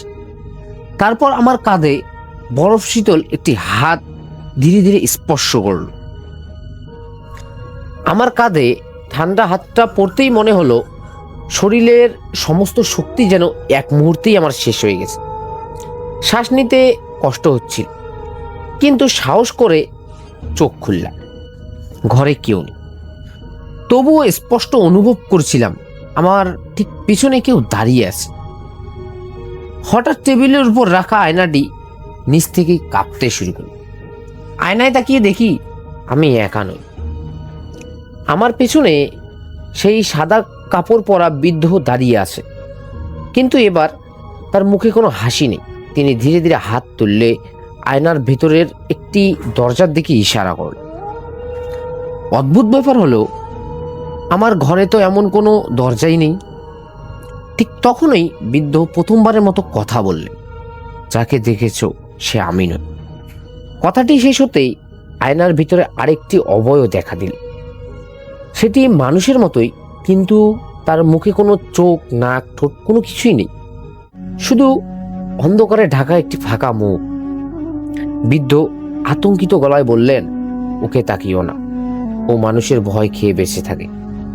পরের মুহূর্তেই আয়নাটা বিকট শব্দে ভেঙে মেঝেতে পড়ে গেল। ঘরের তাপমাত্রা যেন হঠাৎ এতটাই কমে গেল যে নিঃশ্বাস থেকে ধোঁয়া বের হতে যাচ্ছিল। তারপর ঘরের কোণ থেকে একটি শিশুর কান্নার শব্দ ভেসে এল, আমাকে বাঁচান। আমি শব্দের দিকে এগোতেই দেখলাম মেঝেতে ছোট ছোট ভেজা পায়ের ছাপ তৈরি হচ্ছে, কিন্তু সেখানে কোনো শিশু নেই। পায়ের ছাপগুলো ধীরে ধীরে দরজার দিকে এগিয়ে গেল। দরজা নিজে থেকেই খুলে গেল। বাইরে শুধু ঘন কুয়াশা। কুয়াশার মাঝখান থেকে কয়েক ডজন মানুষের ফিসফিসানি একসঙ্গে শোনা গেল। ঠিক তখনই আমার মোবাইলের স্ক্রিনে নিজে থেকেই কেন জানি না জ্বলে উঠল। সময় তখন আবারও 2:17। কিন্তু আজকের তারিখ নয়। স্ক্রিনে দেখা যাচ্ছে এমন একটি তারিখ যা আসতে এখনো ঠিক 1 বছর বাকি। আর নিচে একটি মাত্র বাক্য, এই রাতেই তোমার পালা। সেই রাতের পর আমি আর এক মুহূর্ত ওই বাড়িতে থাকিনি। ভোর হতেই শহরে চলে এলাম। নিজেকে অনেক বোঝানোর চেষ্টা করলাম, সবই হয়তো মানসিক চাপ, ক্লান্তি আর ভয়ের এক প্রভাব। কিন্তু ঘটনাটি সেখানেই শেষ হয়নি। তার ঠিক 2-3 দিন পরেই আমি ইচ্ছা করেই সেই তারিখটা ভুলে থাকতে চেয়েছিলাম। অথচ যতই দিন কাটছিল ততই অদ্ভুত অদ্ভুত সব ঘটনা ঘটছিল। ঘড়ি মাঝে মধ্যেই নিচ থেকেই 2:17 কেন জানি না থেমে যেত। ফোনে অজানা নাম্বার থেকে কল আসত। ফোন রিসিভ করলে শুধু ফিসফিসানি এক শব্দ, সময় হয়ে গেছে। অবশেষে সেই রাত 1 বছর পর আবারও এলো। আমি সিদ্ধান্ত নিলাম যাই হোক সত্যটা জানব। রাত ঠিক 2:17 বাজতেই পুরো ঘর নিস্তব্ধ হয়ে গেল। বাইরে কুকুরের ডাকও যেন থেমে গেছে। হঠাৎ আমার ফোনে একটি বার্তা এলো, বাজারে ফিরে আসো। সব উত্তর সেখানে। কে পাঠিয়েছে কোনো নাম্বার নেই, কোনো কিছুই নেই। অদ্ভুত একটানে আমি আবার সেই গ্রামের পথে রওনা দিলাম। বাজারের কাছে পৌঁছাতেই দেখলাম কুয়াশার মধ্যে কয়েকজন মানুষ দাঁড়িয়ে আছে।